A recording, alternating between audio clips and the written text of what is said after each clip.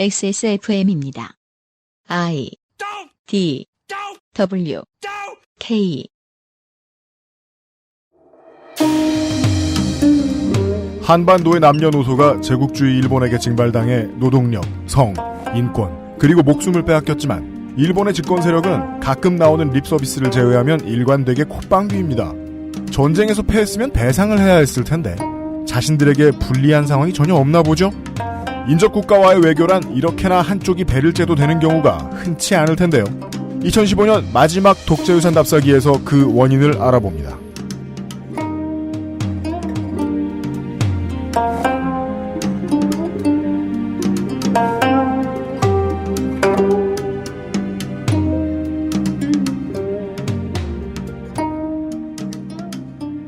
지구상의 청취자 여러분, 어디 계시더라도 다른 은하로 나가지 않은 이상 12월의 마지막 주말이 왔습니다. 히스테리 사건 파일 그것은 알기 싫다의 책임 프로듀서 UMCU입니다. 제가 보고 있는 뉴스의 윗줄에 간만에 여당 얘기가 나와 있어요. 요즘 뉴스 스탠드 정리하는 거 보고 있으면 야당이 분란을 일으키다 말고 땡깡을 피면 여당이 곤혹스러워한다 위주의 스토리보드로 전개가 되고 있죠. 고전이죠. 큰 판을 보시면 늘 똑같습니다. 간만에 여당 얘기가 나왔습니다. 김무성, 험지 출마하라는 당내 목소리에 내 지역구에서 심판받겠다. 일축. 험지라는 게 어디죠? 그 레인지로버 있잖아요. 그 랜드로버 그룹의 레인지로버 보면은 험지 주행 뭐 이런 얘기 하는데. 아, 그 험지를 주로 가는 험머라는 차가 있어요. 네. 그게 주로 험지를 간다는 뜻이에요. 그 차. 험한들 가니까 험머죠. 네. 그렇구나. 뭐 호주 이런 데 출마라는 건가? 뭐 아웃백 출마 이런 걸. 호주 아웃백에 악어와 싸우면서 네. 출마하라고. 아, 왈라비 몇 마리에게 지지를 얻느냐 뭐 이런 거. 네. 크로코다일 던디를 만나가지고 네네. 협상을 하고. 그 김무성이 오늘은 내 점심이죠. 이런 말 하면서 무슨 아마존 갑 이런 데 출마하라는 게 아니고요. 그러니까 그리고 심지어 호남을 가라는 것도 아니에요. 뭐 목포에 가서 박지원, 서기호에 이어서 3등을 해라. 네네네. 이런 뜻도 아니고 그 험지란 어딥니까? 그냥 딱 집어서 얘기하면 이런 거죠. 노원병 가봐라. 그렇지. 아니 노원구 무시해. 노원구 지금 아웃백이라고 한 거야 지금? 그러니까 노원병 가서 2등 할 걸 1등 하고 와라. 안철수 혹은 노회찬가 붙어라. 야 이거 말 함부로 하네 지금. 그 사람들 입장에서 목포 정도 되면 그건 험지가 아니고 사지라고 하고요. 그렇습니다. 예. 이게 그 여당에 엄청 뭐 전투력 있는 것 같은 양반들이 따지고 보면 완전 온실의 화초잖아요. 아 그럼요. 좋은 지역구 하나 맡아서 두고두고 해먹는 거. 요즘 들어 사람들이 뭐 유승민이 뭐 경쟁력 있는 정치인이다, 좋은 정치인이다 이렇게 얘기하는데 거기에서 다선했으면 경쟁력을 아직 검증받아본 적이 없는 거죠. 단 한 번도 검증받지 않은 정치인. 그러니까 네. 험지는 이런 느낌입니다. 꼬마 민주당 시절에 이기택 그렇죠. 당시 꼬마 민주당 총재가 포항에 출마하면서 결사항전이다 이러고 갔습니다. 네. 그리고 졌죠. 그 정도면 이제 험지 중에 A급입니다. 그렇죠. 오스트레일리안 아웃백이고 아마존 갑입니다. 악어가 한 2마리쯤 있는. 예. 근데 그것도 아니고 지난번에 전멸하지도 않았던 예. 지난번에 그렇게 여론이 안 좋았는데 전멸하지도 않았던 서울쯤 출마해라 이겁니다. 예. 아니 뭐 무슨 정동영한테 강남 출마한 것도 아니잖아요 이건. 아 이견이 가능하죠. 정동영은 강남 갔잖아 또. 그러니까. 그렇죠. 예. 예. 그러면서 험지 이런 얘기 안 했잖아요. 부산 영도 혹은 부산보다 편한 곳, 그러니까 부산 내에서 그나마 편한 곳 이쪽으로 가겠다 이런 얘기인데 저희가 지금 갑자기 떠들었잖아요. 야 이건 그러니까 큰 줄기에서 이런 걸 봐주셨으면 좋겠는 거예요. 여당 내에 분란 많습니다. 굉장히 많죠. 왜 안 보여주죠? 요새 야. 진박 줄 서느라 정말 배고플 때 빵대급 받는 옛날에 막 전쟁 났을 때 그림처럼 난리가 아니죠. 아우성을 치죠. 아우성을. 내가 언제 무슨 이유로 이래저래 해서 당시 박근혜 총재의 박근혜 대표의 구두를 갈아 신겨줬다. 뭐 그렇죠. 몰광을 내줬다. 이런 식으로 진박이다. 우산을 씌워줬다 이런 거. 그거 지금 살아남으려고 아기다툼 장난 아닙니다. 근데 그거 보도하면은 말 나오고 그쪽에서 막 뭐 전화 오고 막 그러잖아요. 여기서 물뚝심송 상인고문께서 나와 계신다는 걸 알 수 있고요. 예, 안녕하십니까. 그다음에 나왔습니다. 이용우 상임수석이 네네 저도 나와있습니다. 왜 이렇게 오랫동안 존재가 이렇게 지당해야 말이죠. 네. 그 방금 해주신 말씀에서 또 하나를 역추적할 수 있죠. 네. 민주당은 언론사들한테 찍소리도 못합니다. 찍소리 못하는 거예요. 찍소리도 못합니다. 전화해봐야 먹히지도 않고. 민주당이 언론사에 찍소리도 못한다는 증거는 우리는 실제 정치 행위에서는 아무 성과가 없이 당내에서의 문제만 가지고 여전히 메인 뉴스를 차지하고 있는 안철수 의원이 여전히 메인 뉴스에 있다라는 것만 가지고 말이죠. 근데 우리가 유추해 볼 수 있는 것들. 이 정도로 모든 언론이 이렇게 열심히 까고 있으면 예. JYP만 돼도 이 정도는 맞거든요. 지금 JYP 무시하는 건가, 지금? 아니, 그러니까 JYP만 돼도 네. 막는데 JYP YG만 돼도 막아요. 그것만도 못하게 지금 언론 통제하고 있다는 얘기예요. 그러니까요. 정치 반 공기 반으로 막았을 거예요. 네. 정치 반, 공기 반, 예. 근데 네. 사람들은 심지어 막 야당 내에서 파가르고 싸우는 거 구경하는 거 좋아하는 분들. 그렇죠. 만 해도 안철수 의원은 뭐 어디서 온 사람이네 저기서 온 사람이네 이렇게 말이 많거든요. 네. 제일 중요한 건 안철수 의원을 누가 비춰주고 있느냐예요. 그렇죠. 그러니까 실제 우리 삶에 도움이 안 되는 정치인들을 누가 이렇게 시간을 많이 들여서 비춰주고 있느냐. 사람들 화제에 올라가도록. 하고 있느냐. 예. 도대체 그 기준이 뭐냐. 저희가 어제 했던 얘기하고는 결이 이렇게 비슷합니다. 혐한은 왜 조장되고 그 길 이라 떠드는 사람들은 왜 여전히 많으며 그건 사람들 감정이니까 감정이야 가질 자유가 있다고 치더라도 외교 문제에서는 자연스러운 해결이 났었어야 되는데 못해도 한 70년 전에? 60년 전에 60년 전이죠. 났었어야 됐는데 왜 아직까지 방금 2차 대전 종전한 것과 다를 바 없는 듯한 느낌일까? 우린 왜 이렇게 찝찝할까? 아무것도 해결되지 않은 것 같은 느낌이 드는 이유는 뭘까? 네. 그 원인을 그거죠. 네 광고를 듣고 와서 이야기를 해볼 겁니다. 그리고 새정치민주연합은 GD를 영입해라. 아니죠. 새정치민주연합은 싸이를 영입해라. 싸이를 영입해라. 싸이도 좋네. 네. 나중에 제가 또 무슨 얘기를 싸이 환공론 뭐 이런 것도 있잖아요. 하게 될지는 모르겠습니다만은 국내의 연예인이 여론의 문매를 맞고 연예인으로서는 매장당할 만한 일들을 이렇게 많이 저지르고 아직까지 국민들의 사랑을 받는 유일한 인물입니다. 거의 유일한. 예. 새정치연합이든 새누리당이든 녹색당이든 진지하게 영입 전쟁을 해야 돼 지금 시원찮다. 진지하게 영입을 고려해야 된다. 네. 반기문보다 더 세다. 저는 이렇게 생각합니다. 진짜 반기문부터도 이길 수 있을 것 같은데. 왜냐면 반기문은 지금 한 방에 이미 보폭이 이상해졌잖아요. 그러니까. 예. 자. 이거 반기문 총장 얘기도 해야 되는데 사실 왜 괴로워해요? 왜냐면 예. 지금 사태가 프랑스 문제도 있고 지금 시리아 문제도 있고 그렇죠. 심각하지 않습니까? 유엔은 어디 있습니까? 그러니까 반기문 뭐 식물 총재 뭐 이런 유엔은 얘기만 충청도에 있다니까. 진짜 표심을 얻기 위해 최선을 다하고 있다니까. 유엔군이 선거운동이나 하게 생겼네. 자, 그것은 알기 싫다는 에브리온 TV 다 따져봐도 결론은 아로니아진, 용산의 명소 컴스테이션, 데볼프 제뉴인 레더 크래프트, 상상 이상의 맛, 노건 간장게장, 눈이 편안한 아마스 시력보호 필름, 당신 편의 생각보다 큰 힘 민주노총, 당신의 아이를 위한 아름다운 진심 스튜디오 숲에서 도와주고 있습니다. 네. XSFM입니다. 그래도 부모님 선물인데 이것저것 따져봐야 하지 않을까? 디톡스 효과, 혈액순환 개선 효과, 항산화 효과, 활성산소 억제. 다 알아보셨나요? 비교하실 필요 없죠? 언제까지나 마지막 선택. 아로니아 진. 좀 만들기 쉬운 거 먹고 싶다고 하면 안 돼? 나 골탕 먹으라고 이러는 거지 지금. 에이, 아니야. 노건! 간장게장! 부드럽고 고소한 게살, 짜지 않고 향긋한 간장. 매콤한 청양고추. 노건 간장게장. 엑세스몰에서 만나보세요. 스마트폰 오래 보고 눈이 피곤하다면, 액정이 깨질까 불안하다면, 방탄필름 국내 최다 판매 브랜드 아마스가 세계 최초 놀라운 가격에 특별 판매. 스튜디오 숲 홍대점의 포토그래퍼 박소연입니다. 지금 듣고 계신 곡은 리스트의 사랑의 꿈입니다. 건물부터 실내 장식까지 아름다운 자연광을 만들기 위해 세심하게 준비된 스튜디오 숲 세트에서 아이들의 자연스러운 미소를 만나려 노력하는 촬영장의 분위기를 당신에게 들려드리고 싶습니다. 자연주의 스튜디오, 스튜디오 숲.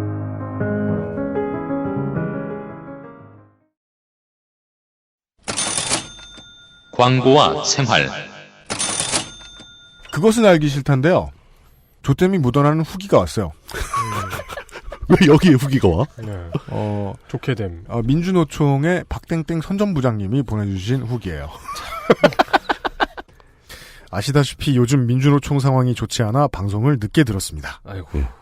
154회와 155회에서 환타님과 UMC님이 염려하신 많은 부분에 대해 공감합니다. 그리고 공감하고 있는 내부자들도 많습니다. 표현하신 대로 공성전 치르듯 집회를 진행하고 시민의 지도부를 자처하면서 스스로 고립을 자처하고 있는 것은 아닌지 저희 고민도 깊습니다. 12월 5일에는 다양한 방식의 집회를 고민하고 있습니다. 그 알실에서 언급된 모든 아이디어를 다 전달했습니다. 헉. 어디? 큰일 났다. 큰일 났다. 망했다. 우리가 민주노총의 배후서 이렇게 된 거잖아. 이제 다 샤이니 팬들이 나오게 생겼다. 큰일 났다, 이제. 아니, 자신의 친지에게 전달했을 수도 있고. 가능합니다. 포워딩. 네네, 포워딩. 예. 네, 그래서 이렇게 퇴로를 마련하십니다. 반영 여부는 저로서는 알 수 없습니다. 다시 알려주시면 감사하겠습니다. 네. 오는 12월 5일 2차 민중총궐기 및 국민대행진 집회가 원천 불어될 것 같습니다. 그래도 많은 시민들이 모일 수 있도록 다시 한번 홍보를 부탁드립니다. 시민단체와 종교계도 함께 할 것입니다. 시간은 3시입니다. 장소는 아직 미정이네요. 여기서 알 수 있습니다. 그러니까 저는 민주노총이 무능하다. 얘기가 아니에요. 계속 집회를 불어하는 중일. 그렇죠. 경찰이 맡고 있는 거죠. 겁니다. 공간을 확보하지 못하도록 맡고 있는 거죠. 심지어 이제 경찰 위 쪽, 청와대, 경찰의 이제 실제 전선의 필드에서는 아래쪽까지 모두 원천 차단을 원할 것입니다. 그렇죠. 그러니까 저희가 이런 얘기하죠. 김무성 대표가 그 노원에 출마하는 게 험지인가 아니면 민주노총 선전부장이 험지인가 누가 과연 레인지로버를 타야 하는가. 그러니까 제가 이제 김무성 대표를 못 만나봐서 모르겠는데 네. 민주노총 선전부장은 정말 험지다. 네. 네, 험지 출마하셨다. 네, 그러네요. 저희 방송을 자주 안 들어주시던 분들을 위해서라도 혹은 이제 지난번에 있었던 걸기대회의 집회의 성격에 대해서 혹은 관련된 뉴스에 대해서 모르시는 분들을 위해서라도 요 당연한 거는 좀 말씀을 드려야겠습니다. 저희가 지금 불법을 권유하는 게 아니죠. 국가는 국민이 집회할 수 있는 자유를 막을 권리가 없죠. 헌법에 써 있습니다. 허가는 허용되지 않는다. 그렇습니다. 예. 그러니까 허가가 허용되지 않는다는 건 무슨 뜻입니까? 절대로 하면 안 된다는 건가요? 무조건 막아야 된다. 그러니까 니들이 허가하고 말고 할 문제가 아니라는 그렇죠. 겁니다. 국가에게 허가 여부에 권한이 없다. 전후가 바뀌었죠? 그렇죠. 예, 이건 마치 그 윈도우즈 ME 시절을 보는 듯한 거죠? 아니, 내 돈 주고 내가 산 OS인데 나한테 못하게 하는 게 너무 많잖아요. 내 말을 안 들어. 네. 그런 상황인 겁니다. 불법은 지금 국가가 하고 있는 것이지요. 그래서 아주 지독한 연애 같은 OS죠.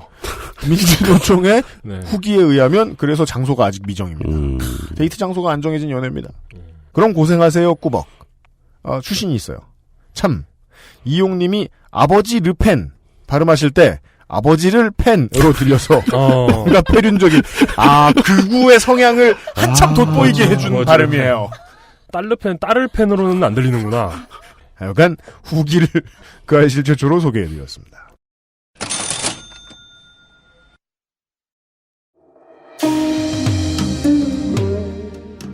독재유산 답사기 제9화 박정희의 대일 외교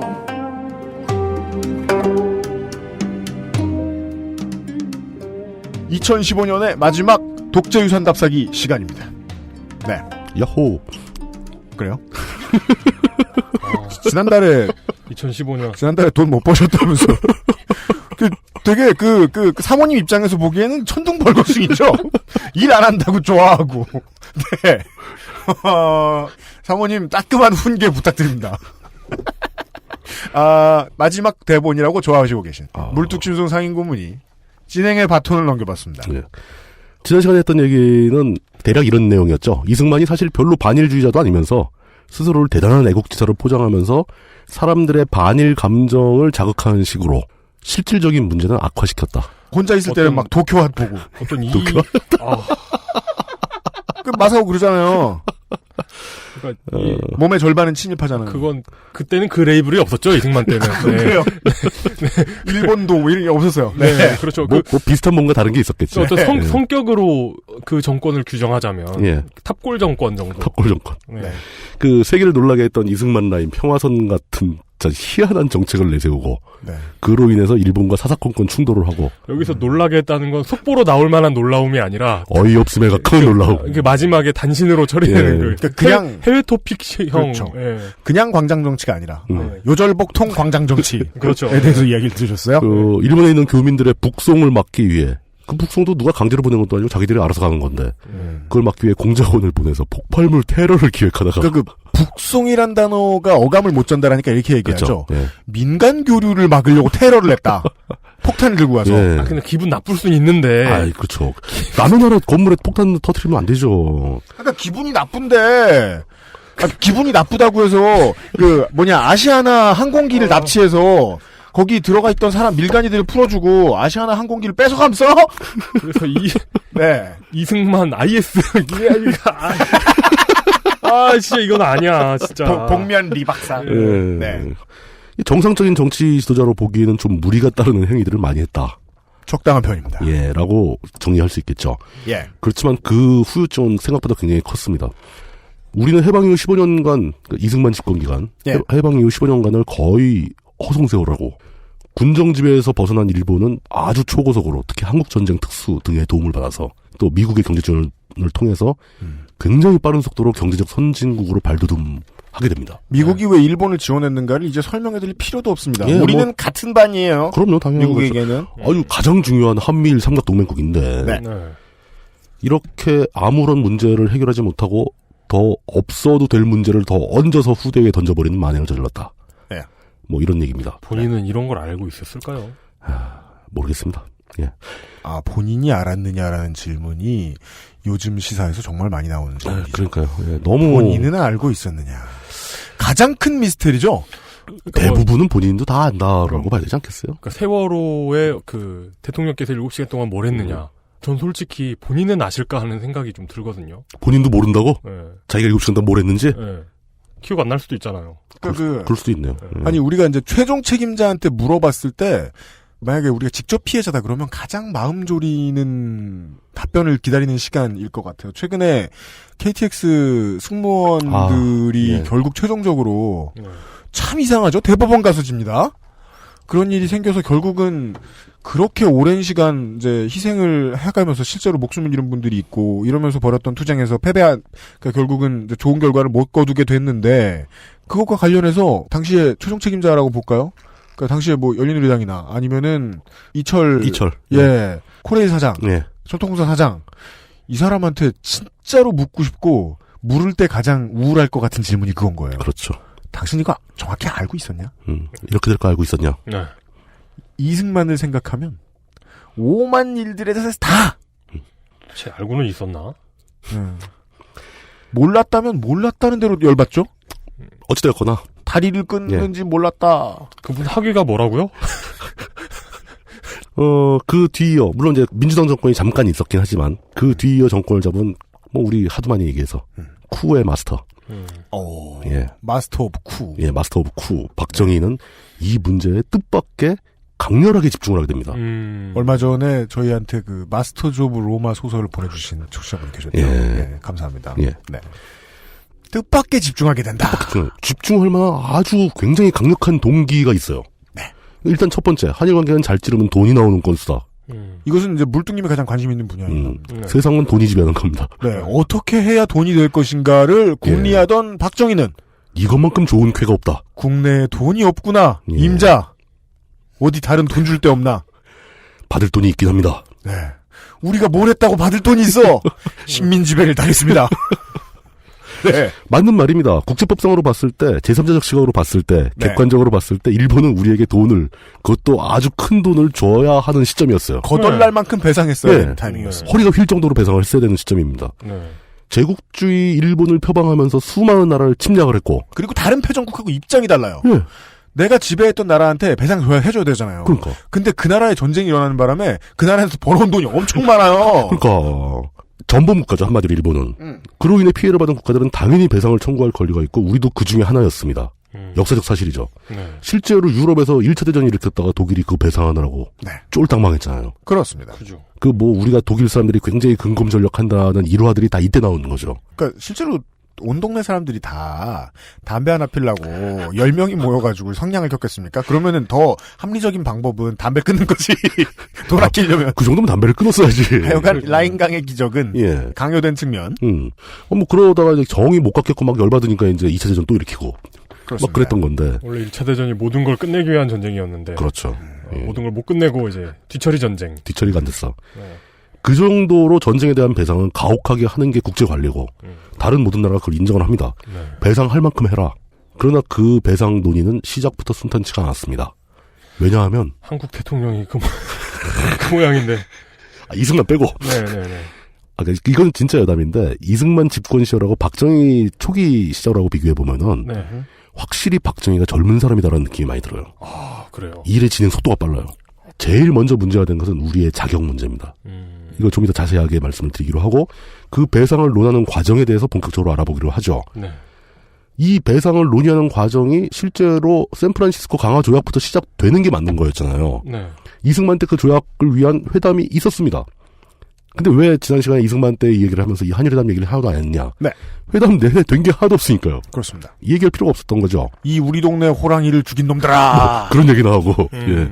펴줘. 그 회담을 하겠다고 나서는 신익희 후보는 친일분자라고 욕하고. 네. 그렇습니다. 그럼 자기가 회담을 어떻게 해요? 못하는 거지. 근데 그럼에도 불구하고 이 한일 간의 협상을 해야 된다는 것은 의무였다고 지난 시간에 설명을 드렸죠. 네. 샌프란시스코 강화 조약에 명시가 돼 있어요. 니들 빨리 해라. 네. 그럼 해야죠. 근데 이승만은 자꾸 외면을 하는 겁니다. 외면을 하더라도 형식적으로 안 할 수가 없으니까 회담이 시작되긴 했는데 예. 맨 처음에 화제가 된 게 바로 아까 얘기한 우리의 자격 요건. 일본에게 점령당했던 2차 대전 당시에 점령당했던 필리핀, 베트남, 인도네시아, 미얀마 등이 다 배상 협상을 성공합니다. 네. 다 배상을 받아요. 네. 이들은 필리핀, 베트남, 인도네시아, 미얀마는 샌프란시스코 강화 조약에 참여한 전쟁 당사자들이었어요. 네. 승전국이지 그러니까. 그렇습니다. 예. 연합국의 일원이 되는 거죠. 네. 그들은 겨우 3년, 4년 이렇게 지배당했거든요. 여기서 한국의 지위가 문제가 됩니다. 네, 지위가 문제가 되죠. 그 사람들이 3, 4년 지배당한 대가로 받은 액수가 필리핀 같은 경우는 직접 보상금 5억 5천만 불. 네. 거기다가 플러스 2억 5천만 불의 차관이 들어갑니다. 네. 베트남은 좀 작아요. 3,900만 불을 받고 910만 불을 차관을 받았고. 이게 지금 커쇼의 연봉 계약으로 생각하시면 안 되고요. 1950년대, 40년대 이렇습니다. 당시의 환율로 바꾸면 네. 대단한 돈들이죠. 인도네시아도 2억 3천만 불 플러스 4억 불을 차관으로 받고 거기 더 얹어서 기존에 있던 인도네시아가 일본에 빌려 쓴 돈 1억 7천만 불의 채권을 포기한다. 세계사가 늘 그렇게 우리에게 이야기해 주듯이 승전국이라 돈잔치를 벌입니다. 돈잔치를 벌이는 거죠. 네, 그렇죠. 네. 미얀마 같은 경우 2억 불에다가 추가 지원금 1억 4천만 불, 차관도 없이 이제 3억 4천만 불을 그냥 받은 거죠. 네. 이렇게 받아갔습니다. 3, 4년 지배받고 이 정도를 받았으면 네. 우리나라는 35년 지배받았는데 얼마 받을 거냐. 자, 그 시간 동안 발생한 유형 무형의 손실이 베트남이나 미얀마 등과는 비교할 바도 아닌데 우리는 일단 그렇게 못 받았어요. 결과적으로. 그렇습니다. 첫 번째. 이 모르시는 분들도 많더라고요. 우리는 전쟁 당사국이 아닙니다. 그 부분입니다. 이게 굉장히 미묘한 문제죠. 우리는 2차 대전이 시작되기 한참 전부터 일본의 식민지였어요. 그렇습니다. 전쟁이 시작된 건 39년이었는데. 그러니까 시합이 시작될 때 예. 우린 일본이었던 거죠. 우리 일본이었던 거죠. 네. 네. 그래서 샌프란시스코 강화 지역에 못 깁니다. 여기에 이제 우리가 연합국의 일원이었다는 주장은 우리 광복군이 그렇죠. 뭐 그 선전포고를 해고 뭐 그랬다. 영국군의 일원으로 그 작전을 수행한 적이 있다라던가. 예, 뭐 그런 자료가 있어야 되죠. 네네. 예. 그런 사실이 있기 때문에 우리가 이제 그나마 받을 걸 못 받았다라고 주장할 근거가 되는 거죠. 그렇대도 박정희는 해당 안 됩니다. 그렇다 하더라도 일단 우리나라는 전쟁 당사국이 아니기 때문에 네. 기본 협정을 하기 힘들었던 거예요. 그렇지만 이제 우리는 국제적으로 명분이 있는 거죠. 아, 그러네요. 생각해보니까 전범이 돈 달라고 했네요. 사실은 우리는 공식처럼 전범이었던 거예요. 네. 아까 박정희가 달라고 했잖아요. 네. 자기가 일본군에 속해 싸웠으면서 내가 너희를 위해 싸웠는데 돈 좀. 이상하네요. 아, 구차. 이건 상이용사 아니야, 그거는. 승전국이 아니라. 네. 참. 그게 문제입니다. 샌프란시스코 강화 지역에 우리는 철저하게 배제된 거. 네. 이게 첫째 협상의 걸림돌이었어요. 그러다 보니까 일본이 뭐라고 주장하기 시작하냐면은 그래 전쟁 벌여가지고 전쟁 피해국, 그러니까 네. 전쟁 당사자, 승전국들에게 패전국이 보상하는 건 당연하지만 예. 전 세계 역사에서 식민 지배했다고 보상한 적이 어딨냐? 영국이 미국한테 보상한 적 있냐? 그렇습니다. 뭐 영국이 호주한테 보상한 적 있냐? 네. 뭐 이런 얘기 막 하고 나오는 거죠. 네. 식민지 지배는 식민지 지배지 전쟁 보상이 아니잖냐. 이렇게 아주 굉장히 적반하장으로 주장을 시작하죠. 네. 그리고 그 관례는 되짚어보니 왠지 맞는 것 같습니다. 세계적으로 그렇죠. 식민 지배 끝나면 네. 다 독립 축하금 같은 건 좀 줘요. 피해 보상은 아니라는 거죠. 근데 그 돈은 클 리가 없잖아요. 왜냐면 당연하죠. 두드려 맞아서 내가 탭아웃 할 때까지 맞은 사람이 내놓는 돈하고 그럼요. 알았어, 너 그냥 집에 가. 이제부터 안 괴롭힐게. 그런 사람이 주는 돈하고는 다르죠. 동그라미 숫자가 다르죠. 네. 예. 그렇습니다. 죽도록 맞아야 나오는 게 돈이죠. 거기다가 전쟁에서는. 일본은 식민 지배라는 것을 이유로 역으로 청구권을 주장합니다. 우리한테 돈 달라. 네. 그게 뭐냐? 자신들이 식민 지배를 하는 기간 동안 엄청난 사회 간접 자본을 한반도에 만들었다. 식민지 근대화론. 예, 학교, 철도, 농장, 공장 다 만들었잖냐. 즉 너희들은 국가를 만들면서 우리 땅을 뺏어갔다. 그러니까. 네. 그러면서 거기에 대한 역청구를 하겠다. 그렇습니다. 하고 실제로 청구권을 제출합니다. 여차하면 보상은 그냥 돈을 물어내게 생긴 거예요, 우리가. 일본은 붙어볼만 했다는 네. 거예요. 쉽게 말하면 일본 사람들이 패망하면서 갑자기 한반도에서 물러갈 때 남겨놓고 한 모든 적산에 대한 값어치를 청구하겠다는 얘기. 그렇습니다. 그런 상황에서 첫 번째 회담이 1951년 10월 달에 열리는데 한국 측에서는 양유찬 대표가 나왔고 일본 측에서는 마스모토 슈니치라는 사람이 나왔어요. 네. 그러니까 이때만 해도 회담은 샌프란시스코 강화조약이 발효되기 전, 그러니까 발효되는 게 52년 4월인데 그 전에 마무리해야 된다는 목표를 가지고 있었고 일본은 청구권을 제출했고 네. 근데 한국 측은 뒤에서 이승만이 뭐 대만도 내놔 뭐 이런 소리 하고 있는 거고 네. 서로 회담할 생각이 별로 없었던 거예요. 정말 답답합니다. 그 와중에 53년도에 시행된 3차 회담에서 유명한 구보타의 망언이라는 사건이 발생합니다. 네. 뭐 비슷한 얘기입니다. 일본 측 수석 대표로 참여했던 구보타 가니치로 그 3차 회담이었는데 네. 그 사람이 한국 측 홍진기 대표와 언쟁을 하다가 나온 얘기인데 그 홍 대표가 먼저 얘기한 게 그 역청구권이 부당하다는 얘기를 합니다. 일본이 남겨놓고 한 재산은 우리가 압수한 게 아니고 미 군정이 접수했다. 역청구권 얘기하려면 그쪽에 알아봐라. 네. 그 미국이 남겨놓고 간 거고 우린 미국한테 받은 거다. 너희한테 받은 게 아니고. 네. 이제 그렇게 어떤 법적인 문제를 하나 제기를 하고 군정 법령 33호라는 그 근거를 제출하고요. 그 한국은 일본 지배하에서 받았던 너희들은 이제 뭐 어떤 사회 간접 처분 이런 거 얘기하는데 예. 무형의 피해가 더 크다. 이거 어떻게 할 거냐. 애국자의 투옥 학살, 기본적 인권의 박탈, 식량 공출, 노동력 착취. 우리 이런 거 청구권 얘기 안 하려고 그런다. 그럼 니들 그런 적산에 대한 청구권 이런 얘기 하지 말고 포기해라. 네. 라고 얘기를 했더니 구보타가 받아치면서 뭐라고 했냐. 네. 36년 동안 벌거숭이 상을 푸르게 만들어줬고 논도 만들어줬고 지들이 유한 킴벌리야? 왜? 이거 어떻게 할 거냐. 그러면서 이제 이거는 그나마 이제 그 사람 안 죽인 기업처럼 얘기하고 있어요? 역청구권 얘기하고 좀 비슷한 건데 그 다음 얘기는 야 솔직히 말해서 일본이 한반도를 점령했으면 니들은 중국이나 러시아한테 점령당했을 거 아니냐. 그랬으면 니들 지금보다 훨씬 더 비참할걸? 네. 그걸 어떻게 알아? 라고 말을 던진 거예요. 네. 바로 그 자리에서 회담은 결렬돼 버리는 거죠. 이게 이제 그 당연하지. 투자 컨소시엄 잘못했다가 사이가 벌어진 사람들이 사기로 서로를 맞고소하고 하는 이야기 그렇죠. 같습니다. 그때 모여서 이제 삿대질하면서 하는 얘기죠. 예. 네. 한국은 또 여기 또 해명을 요구하고 그 일본은 또 모른다고 딴 데 보고 있고 그 회담은 물 건너가고 이렇게 넘어가는 거예요. 그리고 이 50년대 60년 이전의 한일회담의 주된 화제는 일본 측의 주대한 요구사항 사실은 속셈은 그 이승만 평화선 좀 어떻게 해라. 우리 배 좀 그만 뺏어가라. 네. 근데 이거 진짜 이때도 일본 상황이 안 좋을 것 같은 게 그렇죠. 안 좋았던 것 같은 게 예. 상식적으로 누가 이런 주장을 했을 때 신경을 쓰는 게 이상한 거 아닙니까? 이런 게 신경 쓰이고 있는 게 이상한 거 아닙니까? 아 그리고 네. 일본 입장에서는 네. 가장 그 진짜 국제 정치 역학관계상으로 봤을 때 가장 중요한 문제는 협상 시한을 늘리는 거예요. 네. 보상을 뒤로 미루는 거예요. 맞습니다. 네. 왜냐 지금 뭐 미얀마 베트남 돈 뭐 나갈 데가 한두 군데가 아니고 네. 나라 망하게 생긴 거예요 일본도. 네, 맞습니다.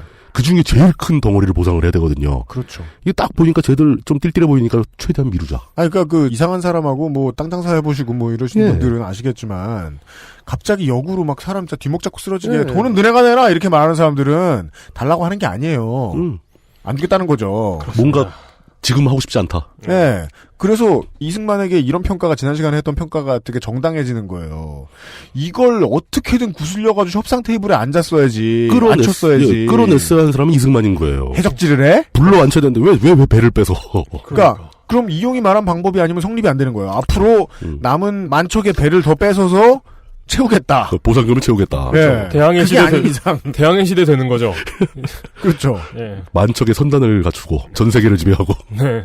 해양 국가로 재탄생 뭐 이런 거. 그게 아닌 이상은. 예. 그러니까 양쪽 다 일본은 미루겠다는 뜻이고 이승만은 지금 자기 딴소리 하느라 바쁘고 그러니까 회담이 될 리가 없죠. 네. 그래서 시간만 끌고 있던 상황에서 바로 그 경계선으로 나뉘는 시점이 이제 이승만이 쫓겨나는 상황이 발생하는 거죠. 4.19가 벌어지면서 그 민주당 정권에 들어옵니다. 네.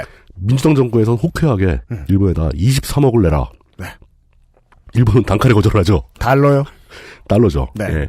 근데 일본은 한 칼에 거절하면서 또 회담은 결렬되는 거. 말도 안 되는 금액이죠. 사실 23억. 그러니까 일본의 해안이죠. 예. 너희들은 곧 너네 쿨난다. 우리가 2차 회담을 할 수 있을까? 뭐 그렇게 되는 거죠. 그렇습니다. 예. 너네 다음 달에 못 만든다. 너네 우리. 그래 보입니다. 예. 예. 실제로 그렇게 됐습니다. 거기 우리에 있다. 예. 우리 이런 후배, 자세. 우리 후배. 예. 그러면서 이제 공이 다시 박정희로 넘어가는 거죠. 그렇습니다. 그래서 60년 이후에 한일회담으로 접어들게 되는데 일본의 입장에서 예. 우리 애가 협상 테이블에 나오게 됩니다. 반가워. 막 선배 좀 만나게 해줄까? 뭐 이러면서 답답합니다. 사선 예. 진짜. 네.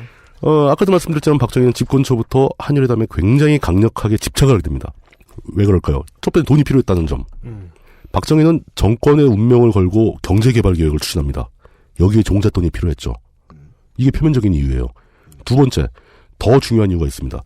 박정희는 5.16 쿠를 일으켰잖아요. 네. 쿠를 일으키면 자기 정통성이 취약하다는 거 알고 있죠. 네. 국가재건 최고위원회 예. 의장께서 네. 미국의 인정을 받고 싶은 거예요. 근데 미국이 이거를 제시합니다. 한일 관계를 정상화시켜라. 네. 해야 되는구나. 박정희는 요거예요. 몸이 다른 거예요 이제. 그러니까 똑같이 집안을 들어먹을 장손이 있다 치죠. 그런데 이제 이승만은 집문서를 팔았다가 밭을 팔았다가 온갖 망나니 짓을 다 하고 뭐 이렇게 막 그 아버지 묘를 도구로 해서 뭐 뭐를 팔았다가 옹초대를 꺼내서 팔고 나중에는 막 가락지 다 팔다가 내가 죽기 전까지 쓸 돈은 있겠지 이러고 사업하던 사람인데 박정희는 그러니까 의도는 똑같은 거예요. 나 영원히 맞아요. 이 사업해야 예, 돼. 예. 인데 저기 어디 군수 어디 아는 사람한테 가서 얼마를 땡겨다가 뭘 하고 자시고 그러자면은 누구를 회유해야 되고 요 정도 생각했던 사람이다. 논리가 작동하기 시작한 거죠. 네. 자, 미국으로부터 거절당하는 순간, 그 인정을 거부당하는 순간 자신의 입지가 매우 불안정해지고 권력을 유지할 수 없다는 걸 알고 있던 겁니다. 책봉을 받아야 한다. 책봉을 받는 거죠. 네. 미국이 당시 박정희에게 꽤 여러 가지를 요구했는데 그중에 한일 관계 정상화가 굉장히 우선순위가 높았다고 합니다. 최고 우선순위를 가진 정책이 돼버린 거예요. 갑자기. 네. 박정희 입장에서는. 거부할 수 없는. 미국 입장도 마찬가지죠. 당시 아시아는 완전히 지뢰밭이었고 네. 여기저기 전후 문제도 해결도 안 되지. 맨날 분쟁 생기지. 뭐 베트남도 그렇고 중국도 그렇고 뭐 일본도 어떻게 좀 해보고 싶은데 자꾸 이제 미국 내 경제 상황은 나빠지는데 일본은 장사를 잘해. 얄밉기도 하고. 네. 저시들 돈 많이 버네. 막 이러면서. 그러다 보니까 이제 박정희한테 한일 관계라도 해결을 하고 한미일 삼각동맹을 강화시켜라. 이걸 요구하게 된 겁니다. 네. 우리가 진짜로 열심히 극동아시아의 뚜껑 역할을 해주면 그렇죠. 돈분 좀 나오겠어. 예. 마음이 급해졌습니다. 이제.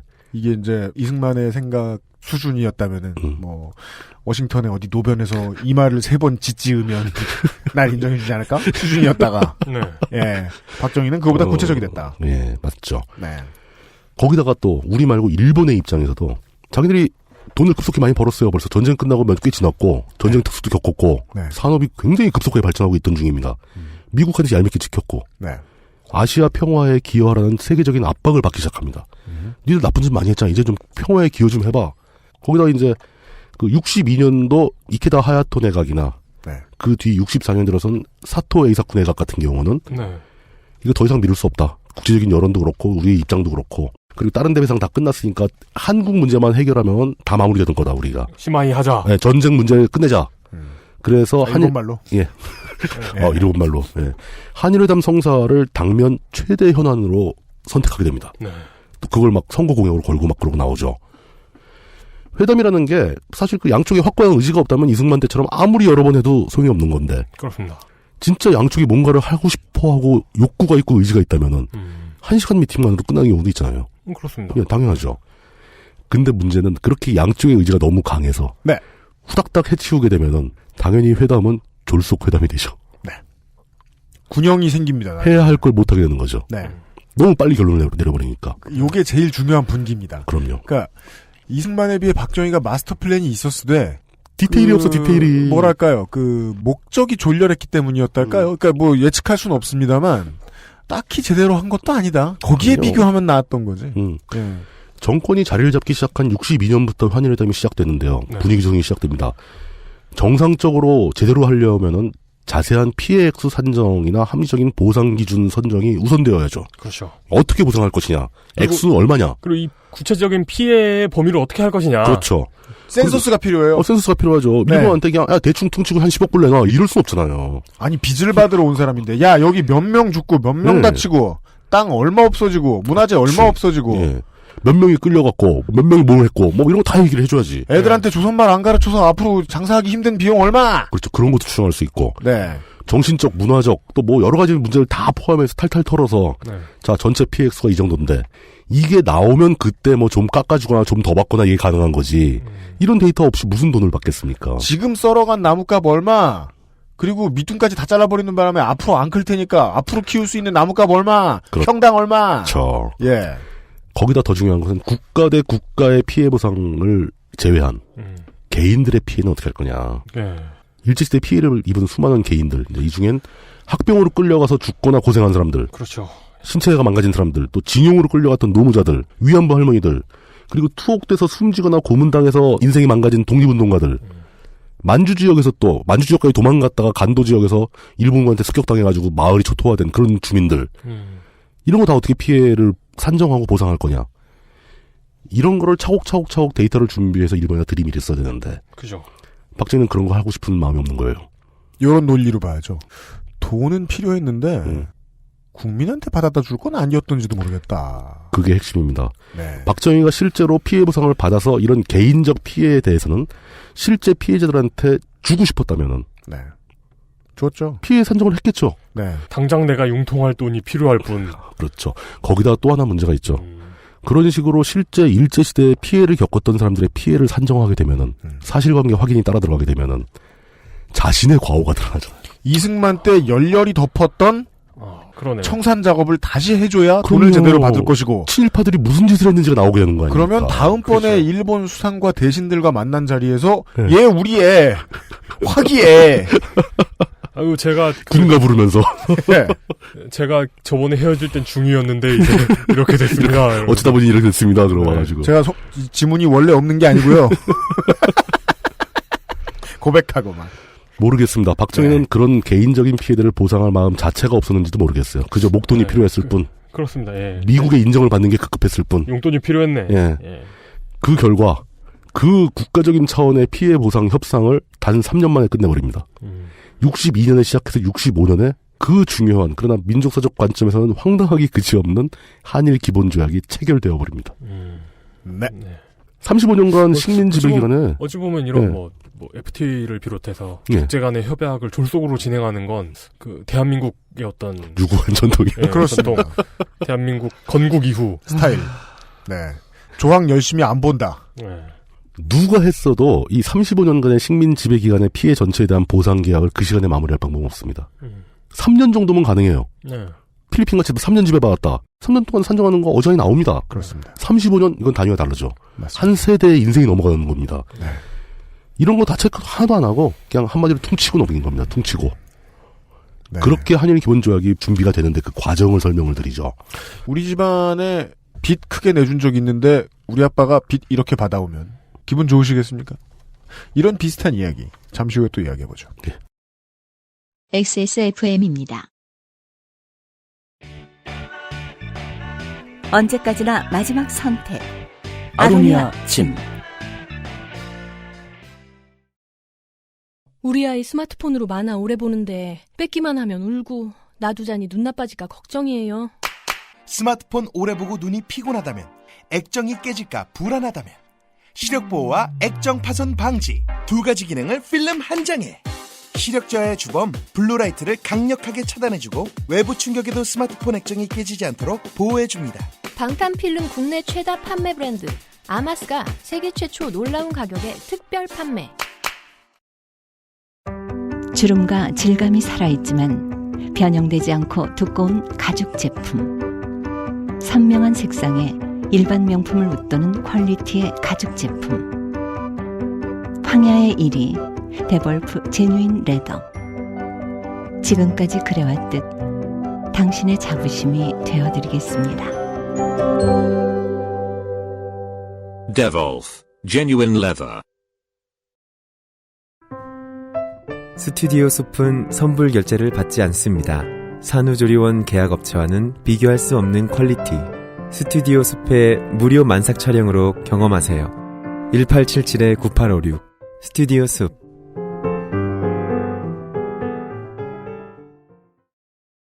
자, 1960년대로 들어왔습니다.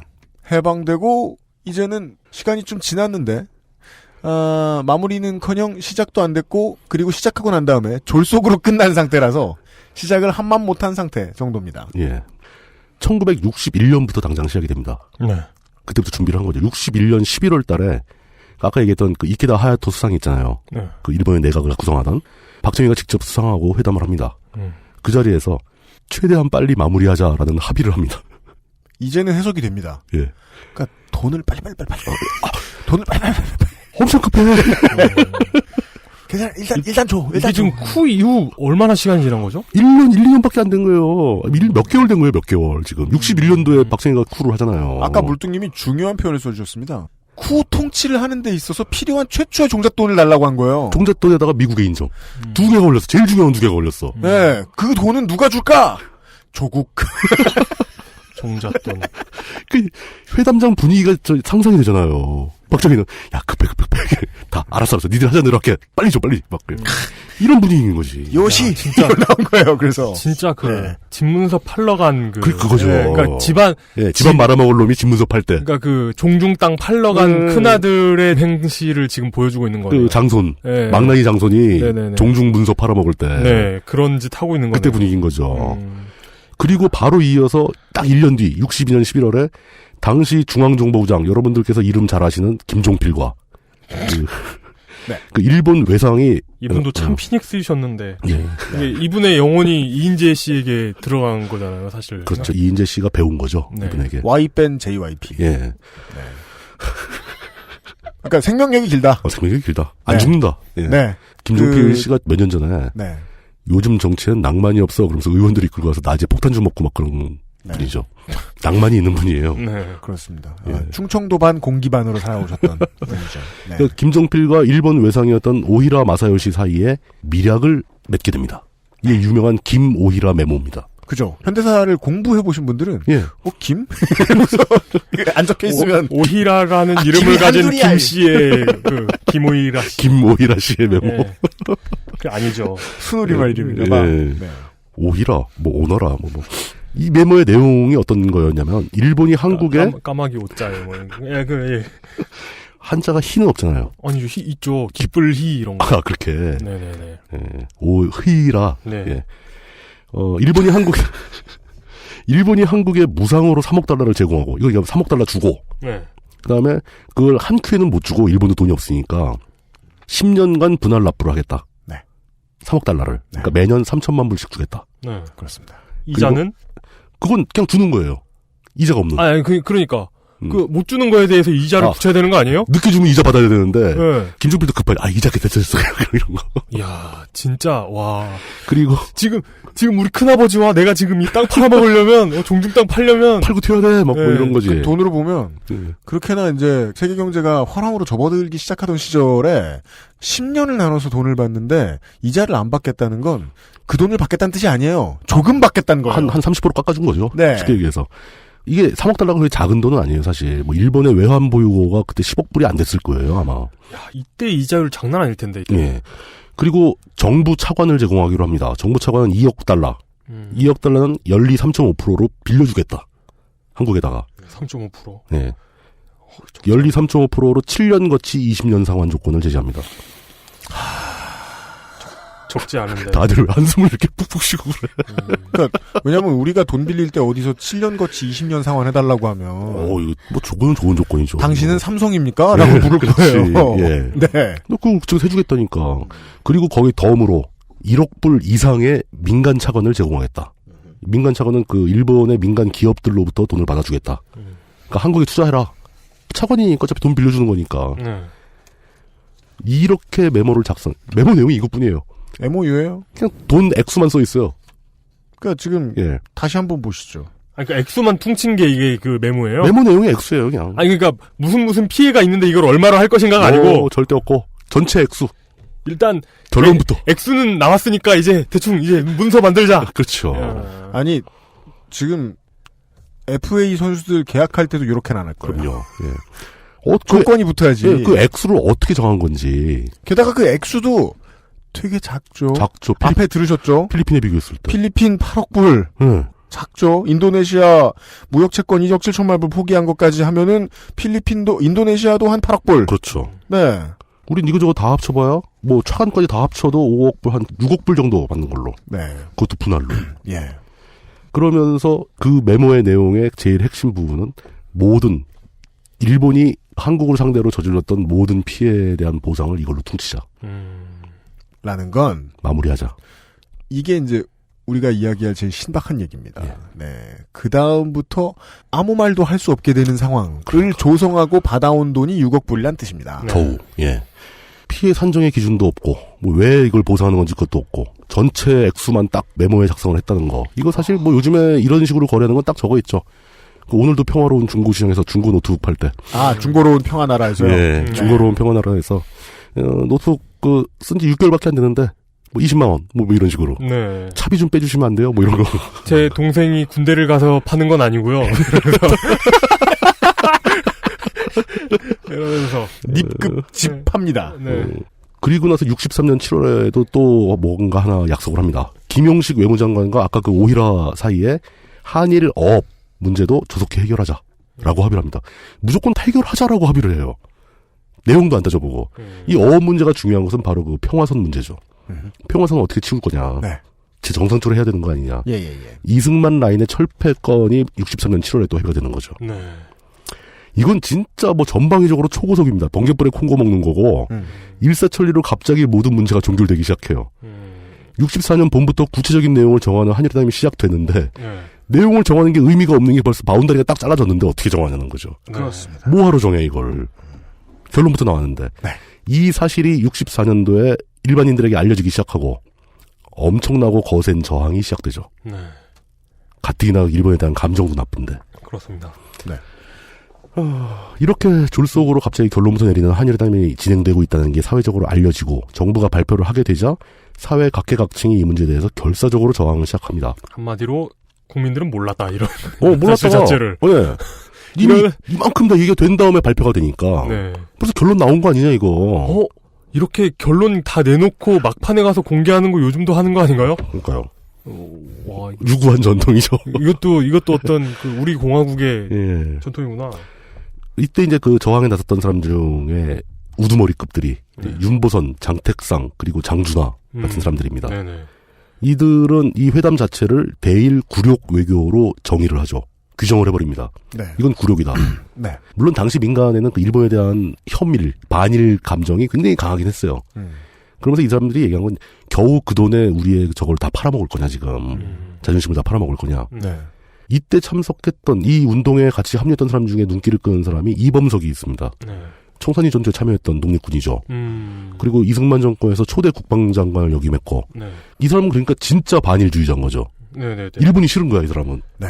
그러니까 난 이런 회담 반대다. 그리고 막 전국을 돌면서 강연회 개최하고.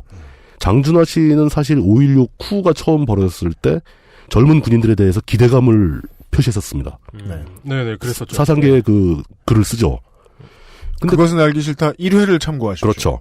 그 장준하 씨가 한일회담 반대 선봉에 서서 이제 슬슬 저항 운동을 시작하고 그 윤보선, 장택상 등은 정치인들이니까 대일 굴욕외교 반대 투쟁위원회를 설치합니다. 네.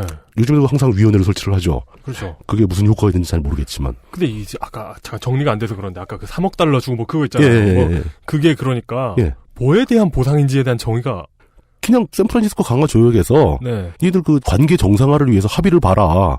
그러니까 그 합의의 내용이 뭐에는 얼마, 뭐에는 얼마가 아니라 없어요 그런 거. 그러니까 그 무슨 은하수를 여행하는 히치하이커를 안내서에 나오는 그 무슨 삼우주 그리고 모든 것에 대한 궁극적인 액수가 3억 불. 3억 불로 퉁쳐지는 거예요. 그렇죠. 그 지구는 3억 불로 이루어져 있다. 궁극의 질문이죠 그게. 궁극의 액수구나 그게. 거기 이제 그 저항 운동에 또 역시 당시 대학생들이 대거 참여하게 됩니다. 그죠. 예. 2는 3억 불. 이런 공식 같은 거죠. 네. 전국은 한일회담 반대 운동으로 끌어오르기 시작하게 되는데 박정희 정권은 사실 이 한일회담 반대 운동을 반정권 투쟁으로 간주를 하죠. 네. 뭔 아니겠습니까? 좋은 표현입니다. 뭔 아니겠습니까? 뭔들 아니겠습니까? 그리고 이때는 지금과 달리 고등학생들과 대학생들이 들고 일어나면 다 들고 일어나집니다. 좀 무서웠던 뭐 그런 때죠. 한일회담 반대 투쟁 운동의 수위에 놀라서 강경하게 진압을 하게 되죠. 또 항상 이게 그 연쇄 반응인데 투쟁이 시작되고 강경진압을 하게 되면 이 강경진압 자체를 이유로 삼아서 또 더 거센 투쟁이 생깁니다. 그때가 더 선진국 같았어요. 한국이. 그러니까요. 예. 거기다가 그때가 지금과에 비해서 진짜 선진국스러웠던 건 뭐냐.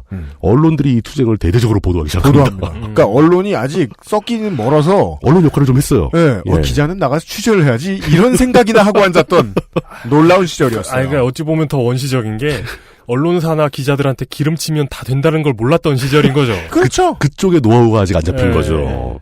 자, 이렇게 언론이 대대적으로 보도를 하게 되면은 네. 반대운동, 저항운동은 더 끌어오르게 돼 있죠. 네. 반대 시위가 탄압을 부르고 탄압은 다시 더 강경한 투쟁을 부르고 악순환이 시작되면서 전국이 완전히 혼란의 소용돌이에 빠져들게 됩니다. 예. 그래서 결론적으로 박정희는 64년 6월 3일을 기해서 전국에 계엄령을 선포하게 되죠. 그렇죠. 내가 할 줄 아는 제일 잘하는 거. 네. 제일 확실한 카드. 네. 그렇죠. 뭐 이렇게 1억 전은 특기. 예. 데프콘 예. 쓰는. 네. 절정에 오른 한일 국교 정상화 회담 반대 시위를 무력으로 군인들을 투입해서 무력으로 진압하기 시작합니다. 그렇습니다. 이 사건의 진행 과정을 좀 더 구체적으로 알아보자면은 사실 기폭제가 된 건 5월 30일이었어요. 6월 3일에 며칠 전이죠. 네. 5월 30일에 서울대 문리대. 네. 예, 물리대가 아니고 문리대. 문리대. 예. 문리대. 예, 문리대 학생들이 교정에서 결기대회를 한 다음에 박정희 정권을 성토하고 단식 농성에 돌입합니다. 네. 학생들이. 평화적이네. 단체로. 예. 그때 등장한 스타가. 이때 서울대 물리대 학생회장이 김덕룡. 네. 김동룡. 예. 네. 그가 당시 이제 학생운동, 걸기대회에서 한 연설이 아주 유명하게 기록이 돼 있죠. 네. 오늘의 단식 투쟁은 내일의 피해 투쟁이 될지도 모른다. 그렇습니다. 단식 중에 학생들이 쓰러지면은 그 서울대가 당시에 해화동에 있었잖아요. 네. 해화동 길 건너가면 서울대 의대 있잖아요. 네. 그죠. 그 쓰러지면 바로 의대로 싣고 가고. 그렇습니다. 아예 또 의사와 간호사들 자체 그 학생들이 네. 의대 학생, 간호대 학생들 이런 네. 사람들이 다 투쟁에 동참을 하게 됩니다. 실전 갑니다. 예. 네. 이렇게 되면은 다른 학교 학생들이 자극을 받기 시작하죠. 그렇습니다. 다른 학교 학생들이 길거리에 뛰쳐나옵니다. 5월 30일에 단식이 시작되고 하루 이틀 지난 다음에 6월 2일에 고려대학교 학생들이 거리를 뛰쳐나옵니다. 네. 그리고 이 고대생들에 호응하는 각 대학 학생들이 거리를 메우기 시작하죠. 네. 서울 시내 당시 만여 명의 학생들이 몰려다니면서 도처에서 경찰과 충돌을 하고 경찰의 바리케이트가 다 철거가 되고 네. 뭐 이렇게 시위가 점점 극심해지고 있는 상황에 경찰은 이제 겨우 청와대로 올라가는 길목 통이동이 있는데 네. 그 길목만 겨우 막고 있었어요. 청와대만 오지 마라. 네.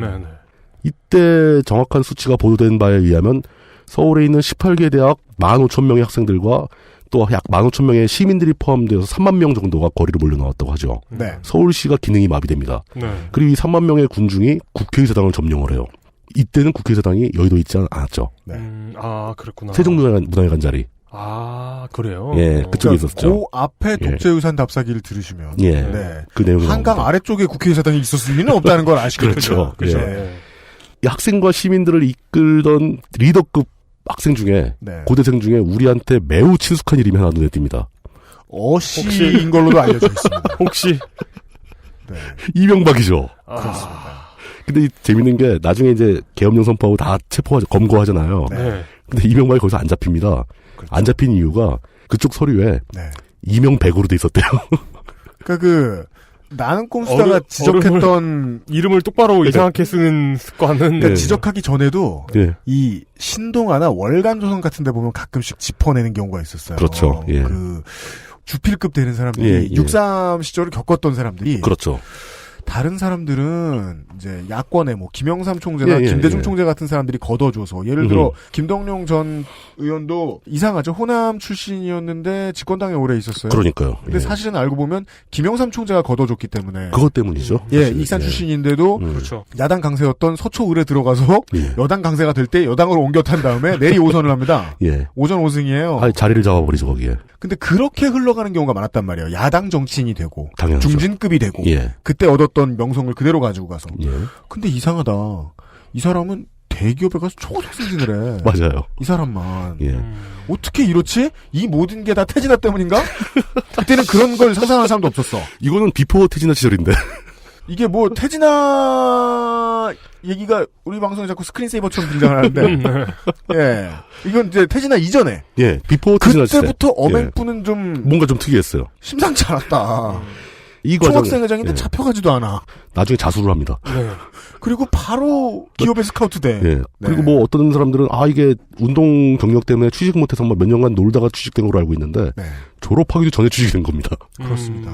스카우트 됩니다. 놀질 않아요, 이분은. 워낙 일을 열심히 하시는 분이라서. 성실한 분이시죠. 네. 네. 결국 6월 3일 밤 9시 40분에 계엄령이 선포되는데 네. 그 계엄령 선포되는 내용도 좀 웃겨요.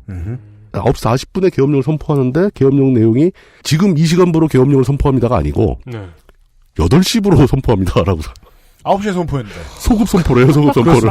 8시 넘어서 시위하다 붙잡힌 사람은 계엄령 위반인 거야. 친애하는 국민 여러분, 1시간 전부터 계엄령입니다. 딱 그 톤이죠. 여러분 죄송합니다. 계엄령이었어요. 지금 계엄령이었어요. 이렇게 된 거죠. 극적 총을 들고 이렇게 수업 아까 시작했는데 뭐 이런 것처럼. 네. 계엄령이 선포되면서 시위를 금지하고 무력 진압을 시도하고 대학에 휴교령을 내리고 주동자를 싸그리 검거하기 시작하죠. 예. 이때 검거된 사람들이 명단이 이명박 얘기 나와. 그러니까 검거된 게 아니고 자수했고, 그다음에 이재호, 이명백 씨와 이재호. 네. 이재호 뭐 여러분 다 아시죠? 손학규. 그때도 이명박이 글씨를 못 썼구만. 박인지 백인지 애매하게 그러니까, 막 쓰고. 어맹부라고 읽는 사람도 있었고. 실제로 한문도 비슷하지 않을까요? 박하고 백하고. 그럴 수 있습니다. 예. 네. 그 김동용, 뭐 현승일, 뭐 이런 사람들이 있는데 전체 이거 무슨 한나라당 무슨 의원총회 합니까? 올드보이 모임 같은. 네. 네. 검거된 사람이 1,120명. 이 중에 348명이 내란 및 소요죄, 계엄령 위반하면 다 이 내란 및 소요죄죠. 내란 및 소요죄로 복역을 하게 됩니다. 네. 여기다 박정희는 이 사건을 그 인혁당이라는 조직이 배후에서 조작한 거다. 선동한 거다. 그렇습니다. 라고 몰아갑니다. 네. 그러면서 한일협정 반대가 아니고 얘들이 하는 건 대한민국 정부를 전복하려고 기도한 사건이다. 라고 규정을 합니다. 저희가 인혁당 얘기를 제대로 한 적이 없잖아요. 없죠. 아직 없죠. 간단하게만 소개드리면 이 자리에 무슨 뭐 컬처클럽, 뭐 펫샵 보이즈, 쌍방울 레이더스 무슨 이름이 들어가도 상관없습니다. 상관없습니다. 아무 저거 없는 거예요. 그냥 아무나 그냥 얘네들이 국가 전복을 시도했어요. 동방신기가요. 뭐 이렇게 해도 되는 거였던 거예요. 네. 그 사람들이 이상한데 그러면 너도 수상한데 이렇게 되는 거죠. 그렇죠. 너도 동방신기냐? 이건 네. 말도 못 하고. 네. 예. 그 이때 또 일화 중에 하나가 계엄군이 당시로도 참 생소한 사건인데 동아일보사에 쳐들어갔답니다. 네. 기자들을 협박하고 니들 똑바로 보도하면 죽을 줄 알아. 뭐 이런. 그렇습니다. 이거 보세요. 거칠지 않습니까? 거칠죠. 노하우가 없어. 노하우가. 이거 일단 광고를 끊어야 되는데. 그렇죠. 모르네. 70년에 들어가서 이제 그때 좀 배워가지고 광고 끊고 막 그러죠 이제. 네. 참. 이러면서 시간이 흘러서 시위는 진압되었고 그 7월 29일 날 계엄령이 해제가 됩니다. 네. 이때 반정부 투쟁 맞죠 사실은 이제 정부 하는 걸 못하게 한 거니까. 그렇습니다. 선봉에 서 있던 사람들 중에 상당수가 정계에 진출을 했고. 네. 이 시대에 같이 뛰었던 사람들을 우리는 63세대라고 부르게 됩니다. 그리고 그들은 후일 90년대 어느 날 갑자기 다 여당 인사가 다 여당이 됐죠. 네. 아, 그 중에 또 유일하게 또 여당이었다가 야당으로 온 사람도 있어요. 누구요? 손학규. 아, 그렇죠. 손학규 씨. 그러니까 갔다가 다시 오는 사람도 있었습니다. 하여간 그 우리나라 정치사에 네. 한 획을 그은 세대가 됩니다. 그렇습니다. 굉장히 중요한 사람들이죠. 네. 정부는 결국 한일 협약을 성공시켰으니까 비준했으니까 6.3 투쟁은 투쟁의 관점에서 보면 실패한 투쟁이죠. 못 막았으니까. 네. 하지만 박정희는 집권 이후 최초로 자신에게 거세게 저항하는 학생 시민 세력을 처음 본 겁니다. 처음 봤습니다. 깜짝 놀랐죠. 네. 그리고 계엄령을 발동해서야 겨우 진압할 수 있었다는 점에서 아마 박정희가 좀 느낀 게 있다. 그 느낀 게 있으면 좀 부드러워지거나 더 민주적이 돼야 하는데 아까 말씀하신 대로 노하우를 더 익혀서 더 확실하게 탄압을 하죠. 그런 걸 보고 느껴서 사람이 착해질 거면 북한이 저러고 있으면 안 되죠. 그랬더니 북한이 나와. 그 위정자가 보여줄 수 있는 두려움의 끝에는 계엄령이 있단 말이죠. 아, 그렇죠. 네. 근데 계엄령을 선포해서 문제를 해결했다. 그랬다고 해서 마음속에 있는 두려움이 사라질 리가 없잖아요. 예. 근데 재밌는 건 제가 이걸 조사하면서 당시에 이제 박정희가 발표했던 계엄 선포에 즈음한 담화문을 한번 읽어봤어요. 예. 근데 좀 생소한 느낌이 약간 들었습니다. 왜요? 굉장히 긴데 몇 가지 능체를 썼나? 이거 거의를 다 쏠 거라는 그분이 직접 쓴 겁니까? 뭐 누가 썼든지 직접 읽은 거니까. 예. 읽으신 거구나. 아, 왜냐면 이분 따님께서 말씀하시는 걸 들으면 막 돌아볼 거예요. 무슨 말인지도 모르겠고. 굉장히 잘 썼어요. 아, 그래요? 예, 잘 썼어요. 제가 이 계엄 선포 담화문을 잘 썼다고 평가하는 게 참 웃긴 얘기지만 하긴 혈서도 잘 쓰셨으니까. 몇 문장만 제가 발췌해서 읽어드릴게요.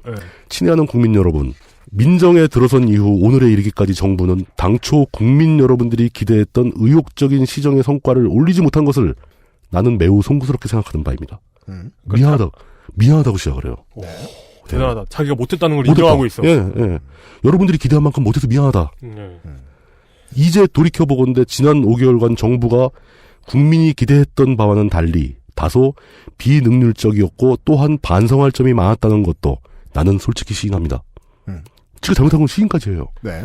근데 이걸 진짜 시인한 건지 아니면 그 흔한 계저씨 화법인지 이건 좀 먼저 이제 앞에 자락 깔고 들어가는 네. 예. 그래, 딸인 줄 알았습니다. 예. 그 다음에 이제 솔직히 시인합니다 다음에 진짜 계저씨 화법이 되려면 그 다음 문장이 그런데 막말로가 되면 진짜 계저씨 화법이죠. 그런데 막말로 니들이 나한테 이럴 수 있어? 너희도 그러는 것은 아닙니다. 넌 몇 살이야? 뭐 이런 나오고 몇 살이십니까?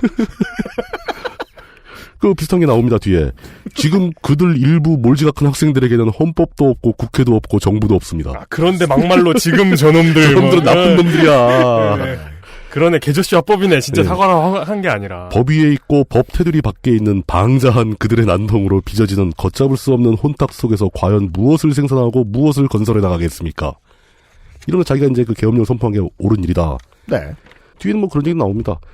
나는 결코 이 정권의 유지를 위해서가 아니라 민주 한국의 100년 대계를 위해서 민의에 의하여 수립된 정부가 네. 박정희가 민의에 의해서 수립된 정부래. 정부가 그 얼마나 강한 것인가를 입증시키려는 것입니다. 자기 정권을 위한 게 아니래요. 그러면 저기 그러니까 민의에 의하여 수립된 정부가 예. 자기 정부 말하는 거구나. 자기 정부가 이렇게 말하면 다른 정부 말하는 줄 알았어요. 미국 정부나 뭐 그런 데 얘기하는 줄 알았네. 그러면 그 가부터 정부가를 빼면 되네요. 나는 결코 이 정권의 유지를 위해서 정부가 그 얼마나 강한 것인가를 입증하려 한다는. 네. 불가피하게 요청된 계엄령 선포가 결코 문제 해결을 위한 최상의 방식이 아님을 모르는 바 아니나. 왜? 아 근데 그래도 전반적으로 네. 후기 박정희 시대라든가 네. 훨씬 더 뒤에 그 다음 세대라거나 따님 세대라거나 이런 때에 비해서 뭔가 느낌상으로는 굉장히 겸손하게 호소를 하고 있어요. 젠틀한 맛이 있네요. 예, 젠틀하게 하면서 또 우리 당시에 이 계엄령 때 근데 그 젠틀함이 진짜 점잖은 젠틀함이 아니라 그 계저씨 젠틀함 있잖아요. 그렇죠. 근데 또 실질적으로도 네네. 계엄령을 선포하면서도 불구하고 시위 진압용 전용 계엄령이에요. 왜? 입법 기능이나 정치 활동을 정지시키지 않습니다. 다 해. 그건 다 해. 이것도 뭐 법적으로 무슨 근거가 있어서 그렇게 한 겁니까? 그냥 봐준 거죠. 시위만 하지 마. 묘하죠. 맞겠어. 맞춤형 계엄령. 맞춤형 계엄령을 약 한 달, 2달 가까이 딱 시행을 끝낸 겁니다. 시위 진압 끝. 왜? 빨리 한일 협약 만들어야 되거든. 그렇죠. 돈 받아야 되거든. 네. 자, 이렇게 63세대, 63투쟁의 반발을 억누르고 한일 기본 협약은 체결되게 됩니다. 무엇보다도 가장 그지 같은 거, 아까 살짝 얘기가 나왔지만, 진짜 그지 같은 거. 우리가 이 한일 협약으로 인해서 일본에게 추가적인 피해 배상이나 보상을 요구할 수 있는 국제법상의 모든 근거를 다 잃어버렸어요. 그러니까 만약에 그거 뭐 제한이라도 걸어놨어. 그러니까. 이건 어떤 국가 정부 차원에서 입은 피해로 한정한다라던가 그렇죠. 어떤 특정한 피해로 한정을 하거나 아니면 차후에 발견된 또 다른 피해는 보상할 여지를 남겨놓거나. 근데 이건 우주 그리고 모든 것에 대한 보상을 해버리니까 퉁치고 끝 이렇게 해버렸으니까 일본한테 진짜 완전히 면책 특권을 더 줘버린 거예요.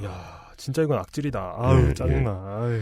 일본 입장에서 생각하기에는 자기들이 불법적인 식민 통치, 이것도 나중에 디테일 설명할 때 더 설명을 또 드릴 수 있을 것 같지만 일본은 자신들의 식민 통치가 불법적이라는 것도 인정을 안 했어요. 근데 어쨌든 간에 식민 통치를 위해서 보상을 하라니까 하는데 자신들이 해야 하는 모든 국가 간의 혹은 민사의 법적 배상 보상 책임을 완전히 면책받게 됩니다. 일본은 뭐 대박난 거죠. 이게 너무 안 알려져 있어요. 전 이 부분을 진짜 열받고 화나지만 우리들이 다 알아야 된다고 생각합니다. 오늘의 주제문입니다. 돈도 받았습니다. 게다가 나름 이제 한따까리 하던 훌륭한 정치인들도 나왔어요. 위대한 기업가하고요. 그 17세 대통령하고요. 근데 이 6억 달러 혹은 그때 급했던 박정희의 사정 때문에 우리는 일본에게 추가적인 피해배상 보상을 요구할 수 있는 국제법상의 모든 근거를 다 잃었다가 오늘의 주제입니다. 그렇습니다. 네. 이 퉁친다는 게 이렇게 무서운 거죠. 그렇습니다. 퉁칠 권한이 누구에게 있느냐. 이렇게 오만해도 될. 그러니까 이건 은하수를 여행하는 히치하이커를 위한 안내서에서 얻을 수 있는 똑같은 교훈이잖아요. 그러니까 질문을 하든지 뭔가 숫자로 된 답을 구할 때는 질문을 좀 이렇게 줄여야 돼요. 질문의 폭을 좁혀야죠. 좁혀야 되죠. 만약에 우리가 몰랐던, 우리가 인식하지 못했던 역사적으로 밝혀지지 않았던 제국주의 일본의 만행으로 인한 피해가 추가적으로 드러났다. 이거 어떡할 거냐. 이제 보상 얘기를 또 못 꺼내요. 하지만 우주 만물에 대한 보상이 이미 끝났기 때문에. 그렇지. 우주 만물에 대한 보상이 끝난 거예요. 어떤 그 힌두교적 내세에 대한 모든 보상을 포함한. 일본은 완벽하게 모르쇠로 일관하면 되는 자격을 얻은 겁니다. 그러게 나와. 이 협정으로. 심지어 일본 관료들도 착한 사람들이 있잖아요. 그러니까 망나니한테서 종중 땅 사간 사람이 이 사람한테 무슨 얘기를 하겠어요. 이게 그 집안 사람들이. 그래. 뭐 사람 도리상 내가 좀 미안하긴 한데 그러니까 법적으로 등기 이전됐는데 무슨 얘기냐. 그러니까 너네 장손 좀 관리 잘하지 그랬냐. 이게 진짜 좀 짜증나고 어려운 얘기지만 일본 어떤 관료가 좀 착해서 예를 들어서 위안부 문제 같은 거 있죠. 이거는 당시에는 알려지지도 않았던 문제예요. 이게 90년대 들어서 사회적으로 확 커져서 문제가 되거든요. 이런 것에서 일본 정부가 보상을 해주고 싶어도 자기네들이 공식적으로 보상을 하려면은 일본 측에서 한일 기본협약을 깨야 된다는 문제가 발생하는 거예요. 맞습니다. 일본은 이건 보상 돈 문제가 아닌 거죠. 그럼 한일 기본협약 처분해서 다시 다 할까? 이렇게 되는 거죠.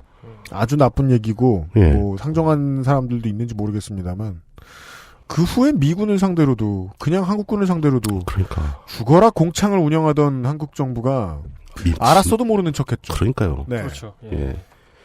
이 조약에 의거해서 그 일본 정부는 위안부 피해자분들에게 보상 문제에 대해서 응답을 안 해버립니다. 당연하죠. 할 말이 없고 말을 해서도 안 되는 거예요. 그 얘기들은 조약상. 이 문제에 있어서 과거를 돌아보니 60년대의 일본 정부와 한국 정부는 같은 편입니다. 그러니까요. 한패거리였다는 거죠. 우리 애 맞습니다. 그들이 얘기하는 그들의 행동 방식은, 그들의 침묵은, 그들의 생감은 지극히 정당하고 대한민국 정부와 맺었던 국가 간의 조약을 준수하는 지극히 국제법적으로 합당한 행동이라는 거예요. 그렇죠. 단지 당연한 얘기를 단지 못 들었지. 단지 너네 측에서 서 있던 사람이 그 망나니였을 뿐이야. 한국이 날렸다. 당시 한국 정부가. 그렇죠.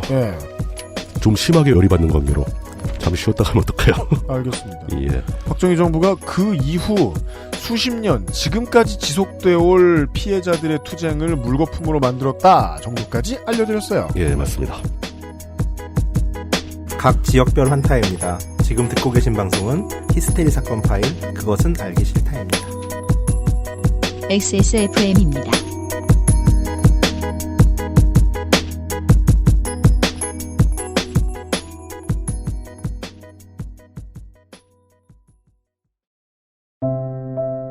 내 최저임금은 5,580원. 재벌의 금고에는 809조가 쌓여 있는데도 내 시급을 1만 원으로 올려주지 못하는 이유는 뭘까요? 아무리 열심히 일해도 2년마다 직장을 잃어야 하는 비정규직. 그런데 정부마저 비정규직을 늘리는 이유가 뭘까요? 재벌과 정부는 스스로 변하지 않습니다. 민주노총은 최저임금 1만 원 인상과 비정규직 차별 해소를 위해 오늘도 노력하고 있습니다. 당신의 이야기를 민주노총에게 들려주세요. 큰 목소리로 만들어내겠습니다. 당신의 편에 생각보다 큰 힘. 민주노총. 안녕하세요. 숨기는 게 없는 조립 PC 업체 컴스테이션의 이경식입니다. 저희 매장에는 말하는 법을 안 배웠나 싶을 정도로 과묵한 조용한 형제들이 일을 하고 있습니다. 조용한 형제들은 언제나 조용해서 호객도 못하고 조용히 일만 합니다. 처음에는 불만이었지만 정직하게 장사하고자 마음먹은 뒤로부터는 이 형제들이 우리 회사의 최고의 자산입니다. 용산 선인상가 21동 1층 130호 컴스테이션에 들르시면 말없이 될 때까지 수리만 하는 조용한 형제들의 서비스를 만나보실 수 있습니다. 컴스테이션은 조용한 형제들과 함께합니다.